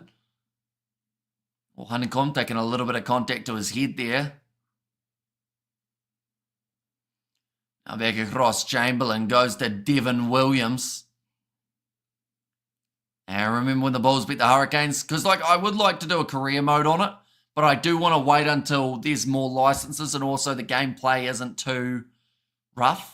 So, as soon as the Springboks or the All Blacks are in there, we'll probably end up doing some sort of career mode there or Super Rugby. I could do the URC, but at the same time, it's still not, the license or the face scans aren't all done. Isn't it mandatory for them to do an HIA? I thought so, but I don't know what happened. I guess he went off and he decided to, I don't know how they've got him back out there. I guess they have to because they've run out of injury replacements, but, you wouldn't want to see him take too many more hits to the chin. I suppose I'm just desperate for a good rugby game, giving myself false hope here. But hopefully, they continue stepping in the right direction for it. Nice attack and run from the Lions here. They're 14 metres out from the line. Morne Vandenberg. On across now to Ruan Fenta. And that's almost going to be a turnover here by the looks of it for the Bulls. It's become a tackle, so they do have to release. And g'day, says Dame Set Match. Welcome in, mate. Hope you are doing extremely well. You are excited for the Sevens, of course. Coming up tomorrow with the semi-finals. I still see you on the TV every once in a while for that ad with your Hulk Hogan costume as well. Oh, Nalabakanye flying in to try and get the clean out. Goes straight over the top of Johan Robillard. It's called Copium. Sebastian, actually tastes great. And we have good there. We happy. You also enjoy the Epic Super Rugby title years respect. Cheers, Eric. Right, referee once again saying let's speed this up, boys. We don't want any downtime. So 44 minutes through, only 36 to go. I should mention the next game, like I mentioned, it is going to be taking place at 6 a.m. New Zealand time. We are starting at 5:50. And that is the match between the Stormers and Leinsters.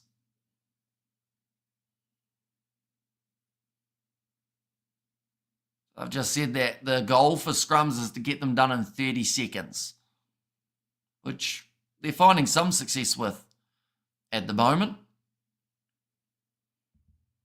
Now Morne Vandenberg does feed that ball in again. Going off to the left-hand side. Now inside ball from Sam Francis to Henko van Vyk. Vandenberg. Short ball to Ruan Fenta. Good meters being made. Marcel Kutsia loses his footing. So does Nalabakanye as he has tackled hard. Now, PG Abuata. Low dropping a cheerleader sounds like a euphemism, says Robert. Now, nice pick and go. Oh, yeah, well controlled. And then from Yonka, gets his offload up and they move up to 22 metres out from the line here, the Lions. Now, quick hands to Kjuan Horns, goes on the outside to JC Pretorius, close to the touchline, and he's dropped the ball, but they'll go back for the original advantage. Tried to back his speed to go around the outside and almost found success with it. Looks like he's apologising to his teammates at the moment. Maybe should have passed it on the inside, but got a bit of white line fever. Thought he was going to be able to finish it. Should I mention anyone who is new to the channel? Be sure to hit that subscribe button. Like I said, we've got the Stormers taking on Leinster happening in 3 hours' time. We are going to be covering that one on the channel. We might even be sneaking a quick sleep in before that game. So that will either go very well or very badly.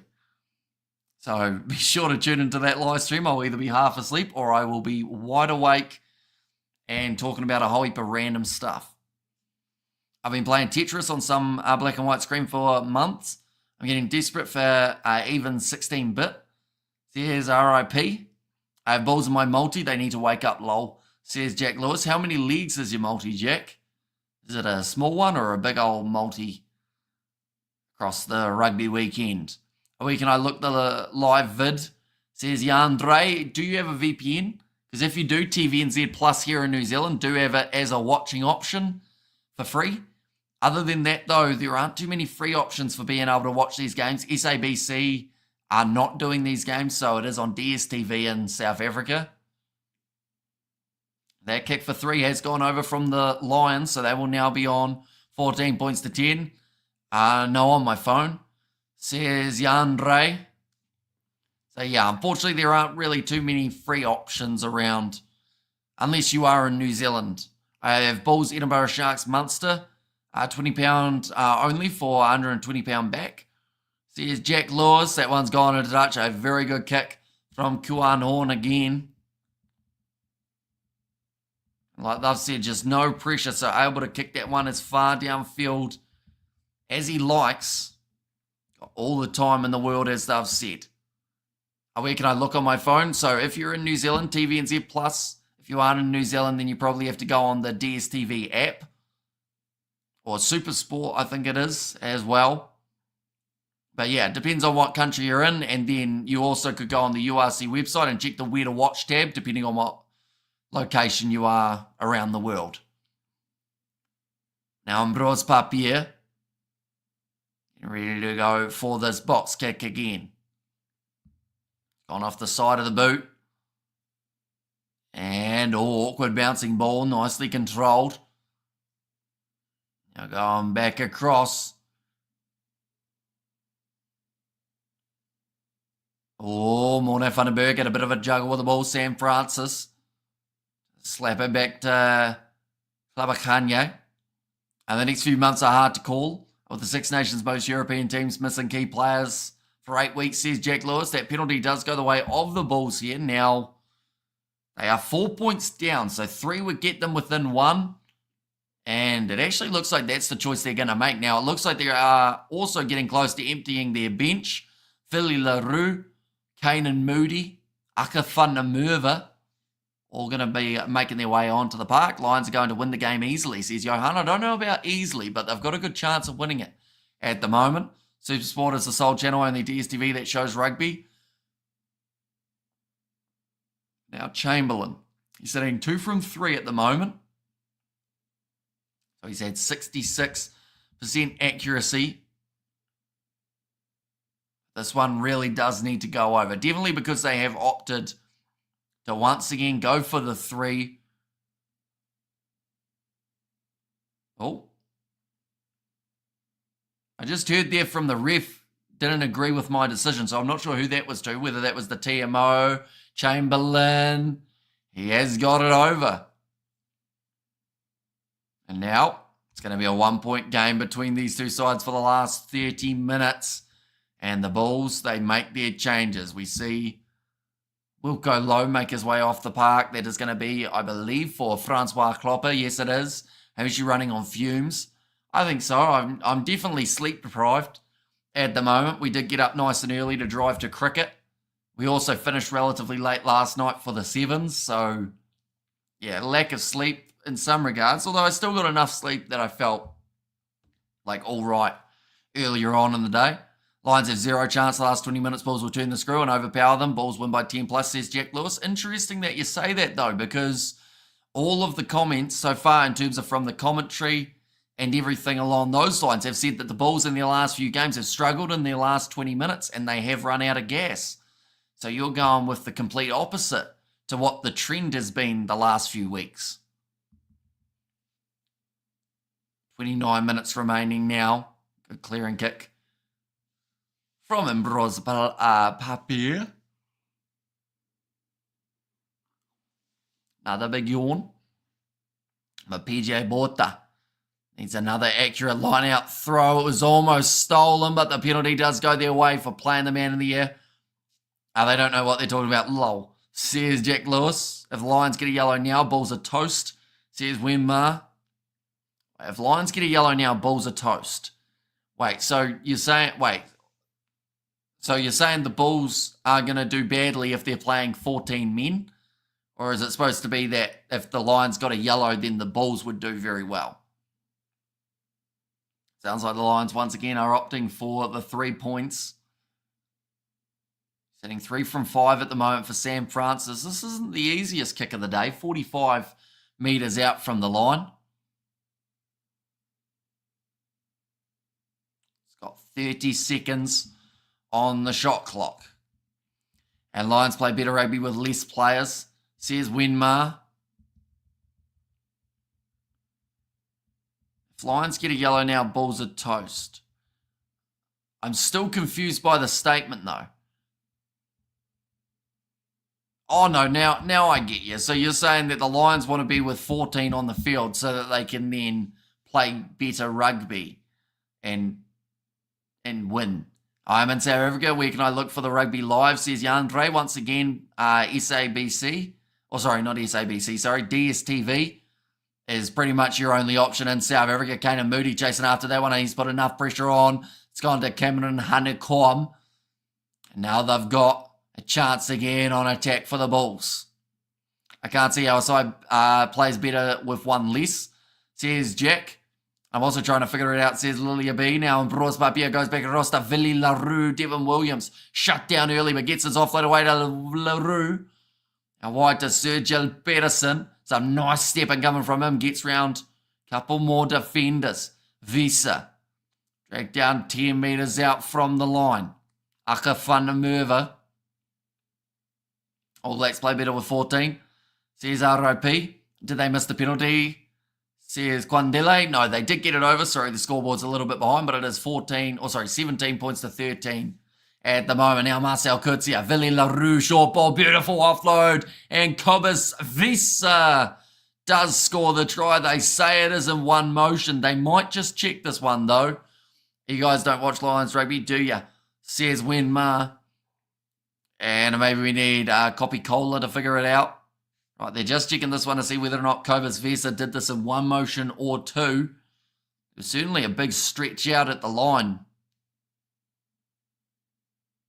Second. Korea try. Places the ball. I think that is a legal one. Do you think Edinburgh beat Scarlets away?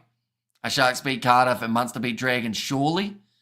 Cardiff have gone all right, though. The benefit that the Sharks have, though, is Cardiff, I think, are missing a few of their top players, aren't they, at the moment? Now, David Creel actually going to be taking the kicks here rather than Chamberlain. And he has got it over. 20 points to 17 at the moment, with 25 minutes remaining. One movement, good try. Says Eric. He still had a bit of work to do. Slammed his face into the ground. You drink a cup of cola to convince yourself something is true. And we have got their all European teams are losing their international, says Jack. So yeah, a great chance for a few of the other sides to have a bit of a crack. Kicked off high from Horn. Hamish friends and folks heading to the city, me and a few locals. Going on hiking or hikes trails, says JD. Friends and folks heading to the Hamish. So is that saying that I normally head to the city, whereas you're on a hiking trail? I think. Now Foster going off to the left-hand side. David Creel passes on the outside to Sergio Peterson, puts in a little grubber. Oh, great chase. Moody, though, can't get the bounce of the ball, and Francis can. The Lions, penalty was about to go the way of the Bulls. They've got themselves another advantage here.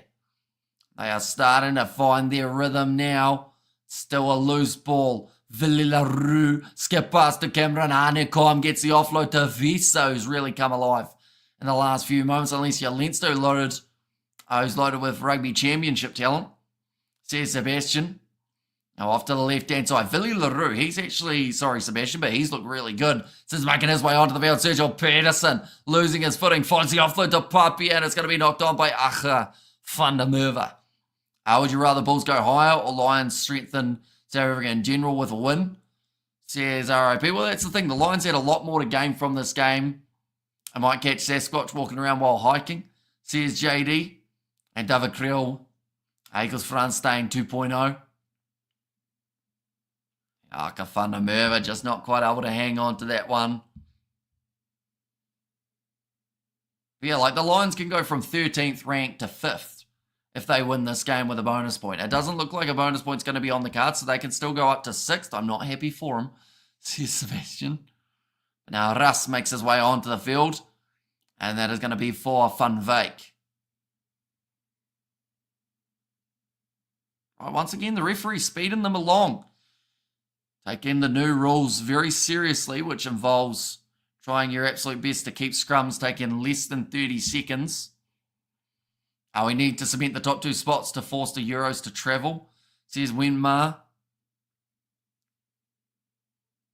Now they're only 10 metres out from their own line here, the Lions. The only guarantee there is Munster beating the Dragons, says Fleschen.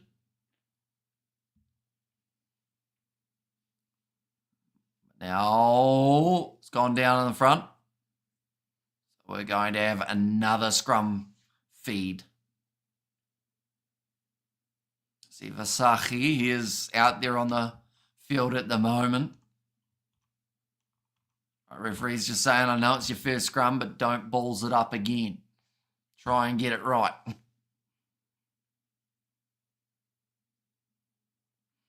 So in that front row at the moment, SJ Kortsia and Arif Schoolman.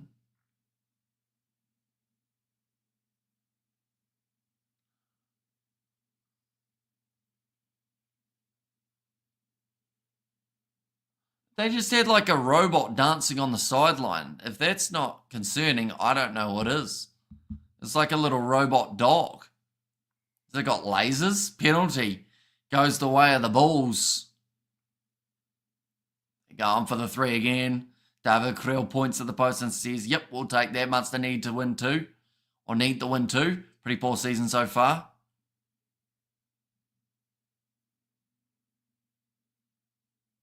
But they are taking on the shot for David Creel. This is starting to build a little bit more momentum in the favour of the Bulls, but we are still in that patch outside of the last 20 minutes.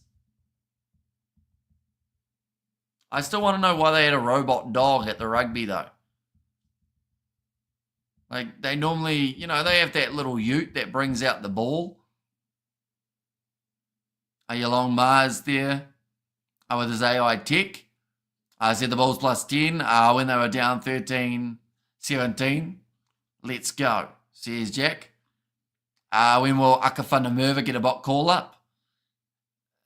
It's a tricky one. I mean, based off this game so far, I know that overall he's had a very strong season, but I think that they are looking at those younger guys. I was going to say a Jan Hendrik Wessels just because if he decides he wants to be a hooker rather than a prop, but you've also got, Andre Hugo Fenta, Johan Rubela, another guy who's had a couple chances. Nice attack and run 4 from Horn, 2 minutes. 2 Bulls blackout. Oh. Offside from the kick. So So the penalty goes the way of the Lions. And Lions will score at 2 minutes left. Oh, Morne Vandenberg, you wanted to take the quick tap. Okay, the ref was still finding the mark, though, so he wasn't actually allowed to. And scoreline keeping up, no more injuries, says JD, and I thought Newport's run out of luck a long time ago, says Sebastian.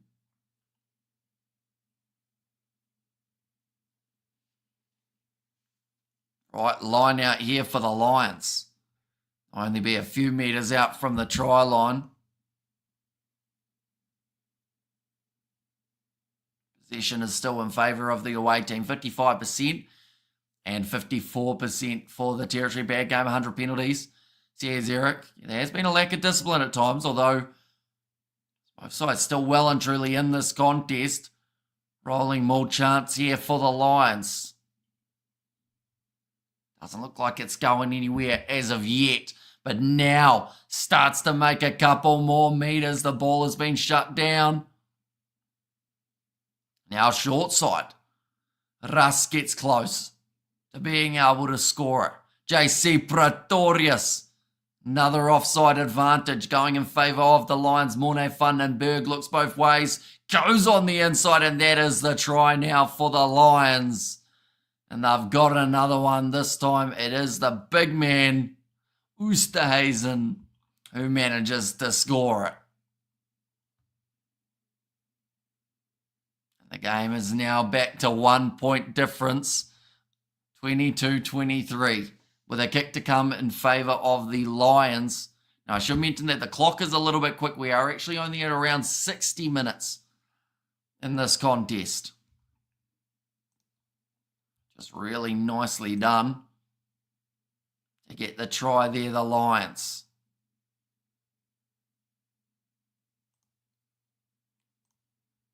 We all go like that, and like that, there we go. So an important kick here for the youngster.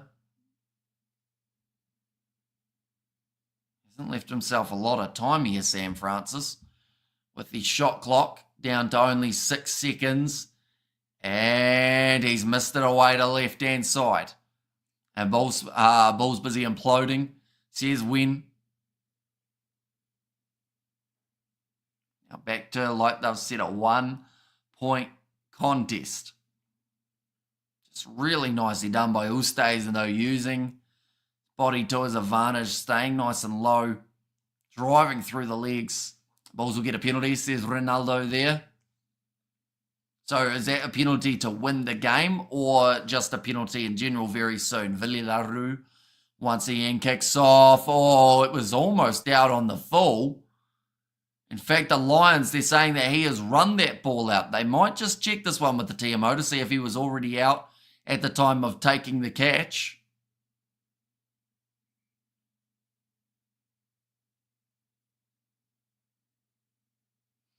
So he catches it and then his foot was on the line. So I think it's going to be a line out here for the Bulls. 30-second time restrictions affecting the kickers, maybe a little bit. But I can understand why they've shortened the time. At the end of the day,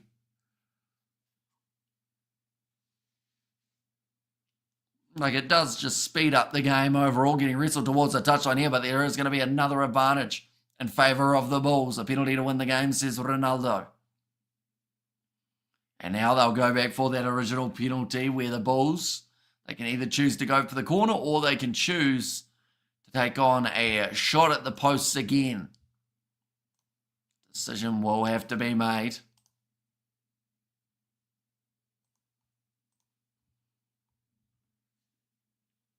Looks like Edward van der Merwe just getting a little bit of medical attention to the back of his neck. Oh no, sorry, it wasn't actually Edward. I think it was Finter in the end. And this is missed, says Ronaldo. Someone posted earlier in this chat, Lions could sneak this home for the win, says JD. Getting down to the final moments of the game here. Next one that we are going to be covering on the channel is Leinster versus the Stormers. That is kicking off in around 2 hours, 40 minutes time. We will be live for that game. Even if we are slightly half asleep for it, I am going to try and sleep beforehand, though, just to give me some sort of chance of getting some Z's. The last 5 minutes, says JD. And kick a goal being pretty average. And it looks like this time they want to go for the corner here, the Bulls. Still another 15 minutes remaining, though, even though the clock does say 10. Vili LaRue kicks it into touch. Now another chance. Akafanda Merva throws it in, nicely taken now off to the left-hand side. Nassim Carr, he'll be just short of the line. Another pick and go for the Bulls. And that's going to be another advantage for offside. They're just going to keep on shifting this one inland here for the Bulls. It's very close to scoring for Akafanda Merva. I think there was another advantage. Can't get that ball down. And they'll go back. No, in fact, there is a grounding. And the Bulls score. Hamish the Fairy Dust is real. Surely the Stormers can inflict Leinster. Their first loss of the season. Leinster are missing almost the entire first 15. Minus a couple huge chance for the Stormers. They won't get a better one. Says Jack. Yeah, although this Leinster side's still pretty handy. Overall, like, yes, they're missing a few of those bigger names that they would normally have. But, like, I still think they'll have a decent enough crack. Now the Bulls, they have got another kick towards the post here. Well, we will go like that.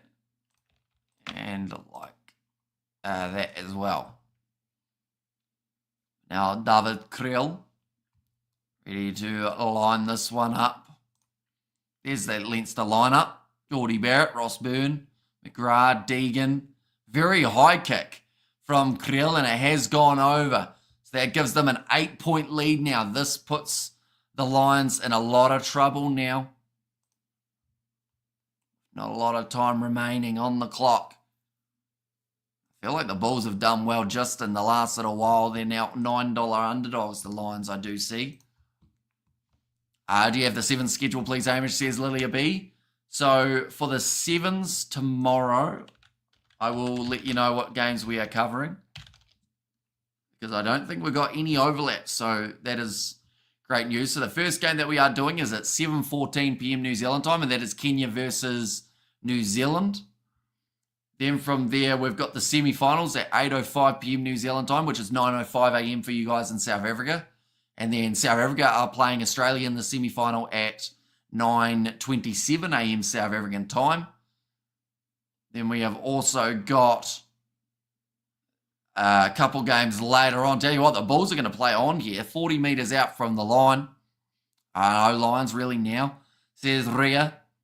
And did he get the kick? He certainly did. David Creel driven backwards, tackled by Russ.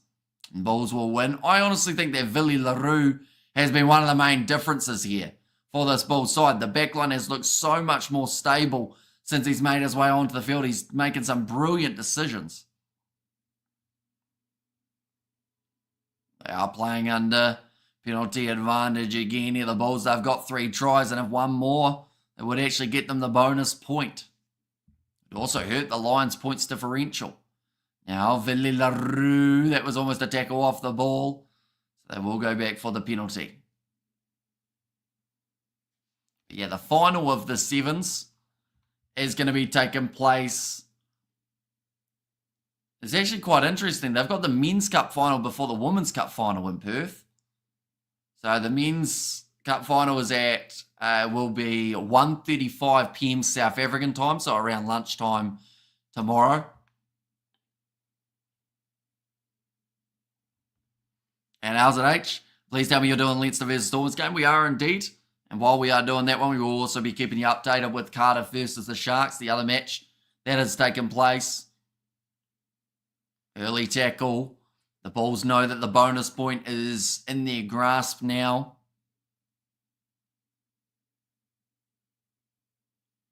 Still 11 minutes to get it. Beast, says Timmy Smith. Yeah, Vili LaRue gets it into touch. And the fact that the Bulls dominated the first half, Was a point down really meant it in the second half was going to be the same? They would 90% win this game, says Jack. But yeah, like game changer wise, Billy LaRue. The backline has looked so much better since he made his way onto the field. And honestly, like it's probably what they should do from now on, or at least in the near future. Anyway, if they want to get more wins up against South African sides, you need Vili LaRue at number 10, rolling maul, and they get over. It's another try for the Bulls. And Vili Moody, good for the Boks, or good for Boks from the bench. And the Bok impact. Aka van der Merwe, he will get the reward of the try there. He's had 14 career tries, Vili. Paul Russo, boy. And here we go. Bulls last 20 minutes plus 10 prediction. Told you them commentators had no clue. Lol, says Jack. Yeah, I don't think anyone could have predicted the downfall of the Lions here in the last little while. They seem like they've just made one massive mistake. And like I said, LaRue completely has changed this game.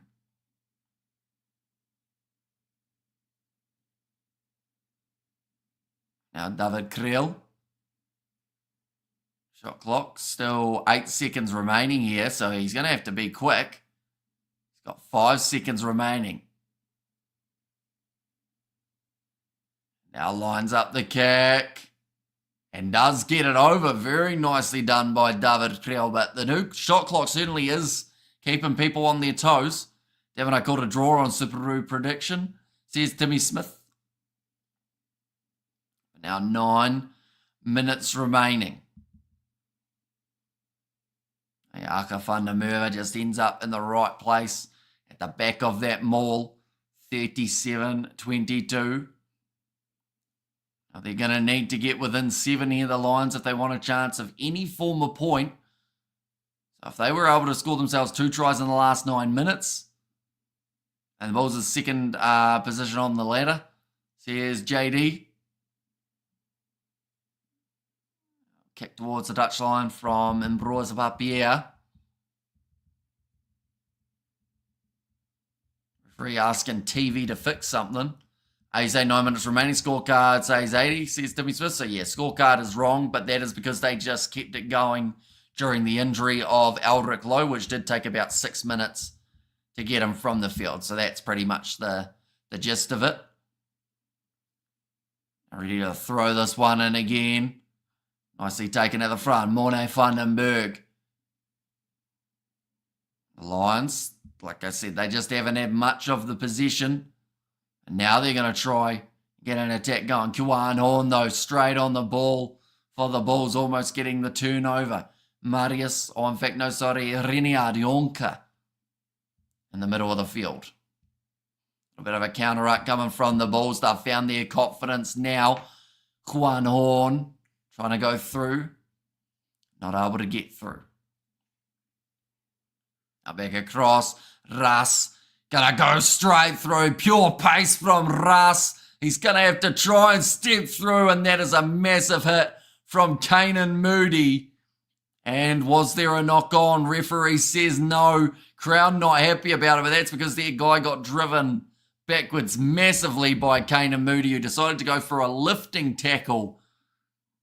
Now attacking again. Manuel Russ straight back up to his feet to have another go.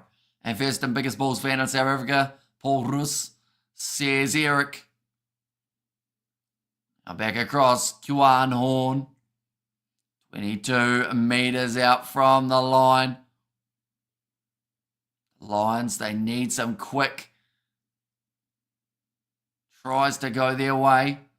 And Russ looks like he is also one of those guys who could be a bit of a game changer. The timer on the scoreboard, a disaster, says Stefan. Yeah, currently sitting 73.5. Another big shot coming in. And the penalty goes the way of the Bulls. That was some very brilliant defence. Looks like they've actually taken this one quickly by the looks of it. Oh, he's kicked it out on the full. Player of the match. I would probably see Cameron Honeycomb would be up there. He went off with a head knock, then came back out onto the field somehow. So he's going to be up there. David Creel, he's had a good game. Willie LaRue off the bench has been a bit of a game changer. Just going to show the replay. Russ going through and Kane Moody goes for the big driving tackle. Lifelong supporters and Western Province supporters, says Timmy Smith. Right, the Lions again.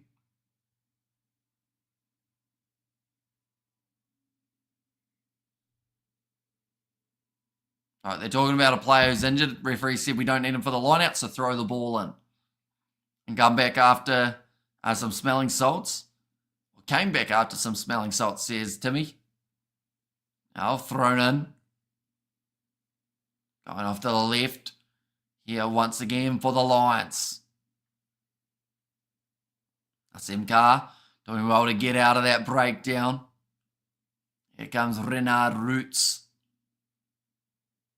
Oh, they've said that the turnover is good. Akafana did have to release that one, but he does not. Now the Bulls, they will kick this ball downfield yet again. Juan Horn, he has to run all the way back into his 22. Looks like he's going to try and go for this boot in behind, down towards the 22. Stephen Williams goes across to Willie LaRue. Sends it forward on his left boot. In the middle of the field, well controlled from Edward van der Merwe. We've seen a real lack of his running throughout this match. He runs straight at Willie LaRue. Makes a solid tackle. Now off to the right-hand side, here comes Jaco Fasaki, carrying the ball in one hand. His teammate tried to do the same, Stennekamp, and he has dropped it. The Bulls, they've got the advantage again, kicked him behind. Waiting for the bounce of the ball, it is Richard Creel, another man who we haven't really seen running throughout this match. Oh, that was almost a 50-22 there for Richard Creel, but just not quite. Still 13 points separating these two teams. Keegan Johannes will make his way on, and that is for Ambrose Papier.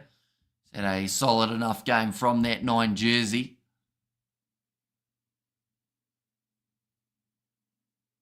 3.5 minutes remaining now.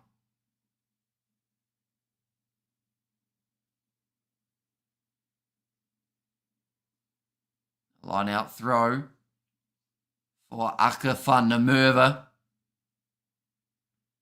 Now down to 3 minutes on the clock. The Bulls have already got the bonus point. They can't gain anything more from this game. The Lions would need 2 tries in 3 minutes to get themselves some form of point. That's just to get them within the 7. Now once again, another rolling ball with Aka van der Merwe. They've got the penalty advantage after making about 30 metres off the rolling maul. It's a tough game really. Ambrose or Papier, best scrum half in the country by far. Sees outlaw loose ball picked up by the Lions. They would have been away, but they have to go back for the original penalty.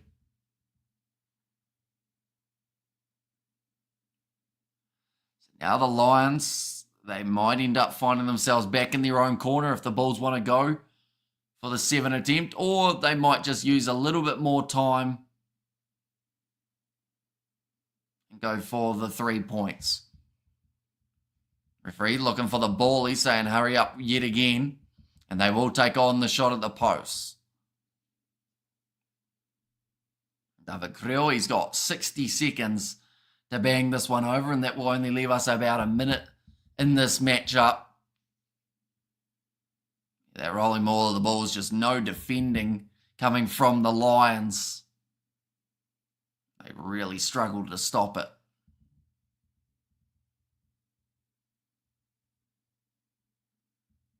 Now David Creel. A decent day off the kicking tee.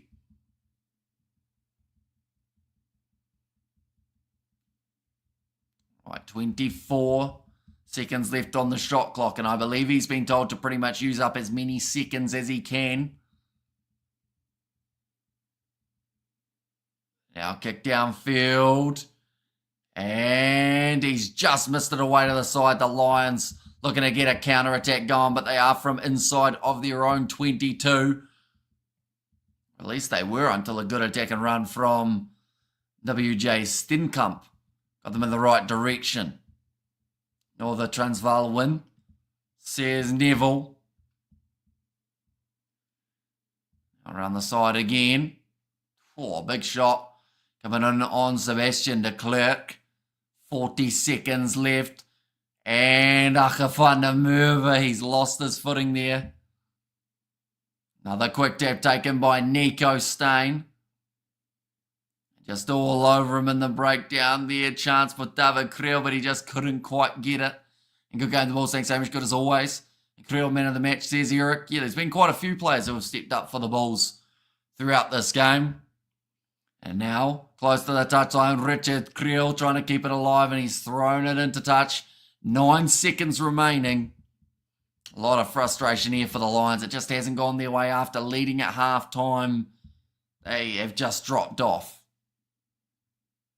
We are just hearing the full-time siren.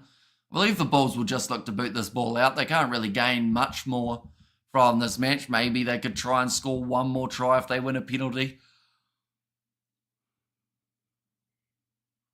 But if not, I think they will just, in the end, get rid of this one. Aka van der Merwe gets it in, and the ball is kicked into touch by Johannes, and a great win for the Vodacom Bulls. 37 points to 22, and they will now get yet again another win. And the URC try catch some much needed sleep. See you later, says Lily B. So yeah, the next live stream that we are doing is Leinster versus the Stormers. That is kicking off in only around 2 hours, 20 minutes time. I need someone needs a coffee. What's your local time right now? It is currently 3:37 a.m. So we're going to be having a quick snooze before the next match. We might be lucky to get an hour, but I'd still take it at this point because straight away after that, I think me and George are going to be filming for maybe about 3 hours, and then I think he wants to come back in the afternoon as well, and then we've got the 7. So sleep is going to be very limited over the next little while, but we will be back for that Leinster versus Stormers match, ladies and gentlemen. So if you are new, be sure to leave a like and subscribe, and I will see you all for the next one.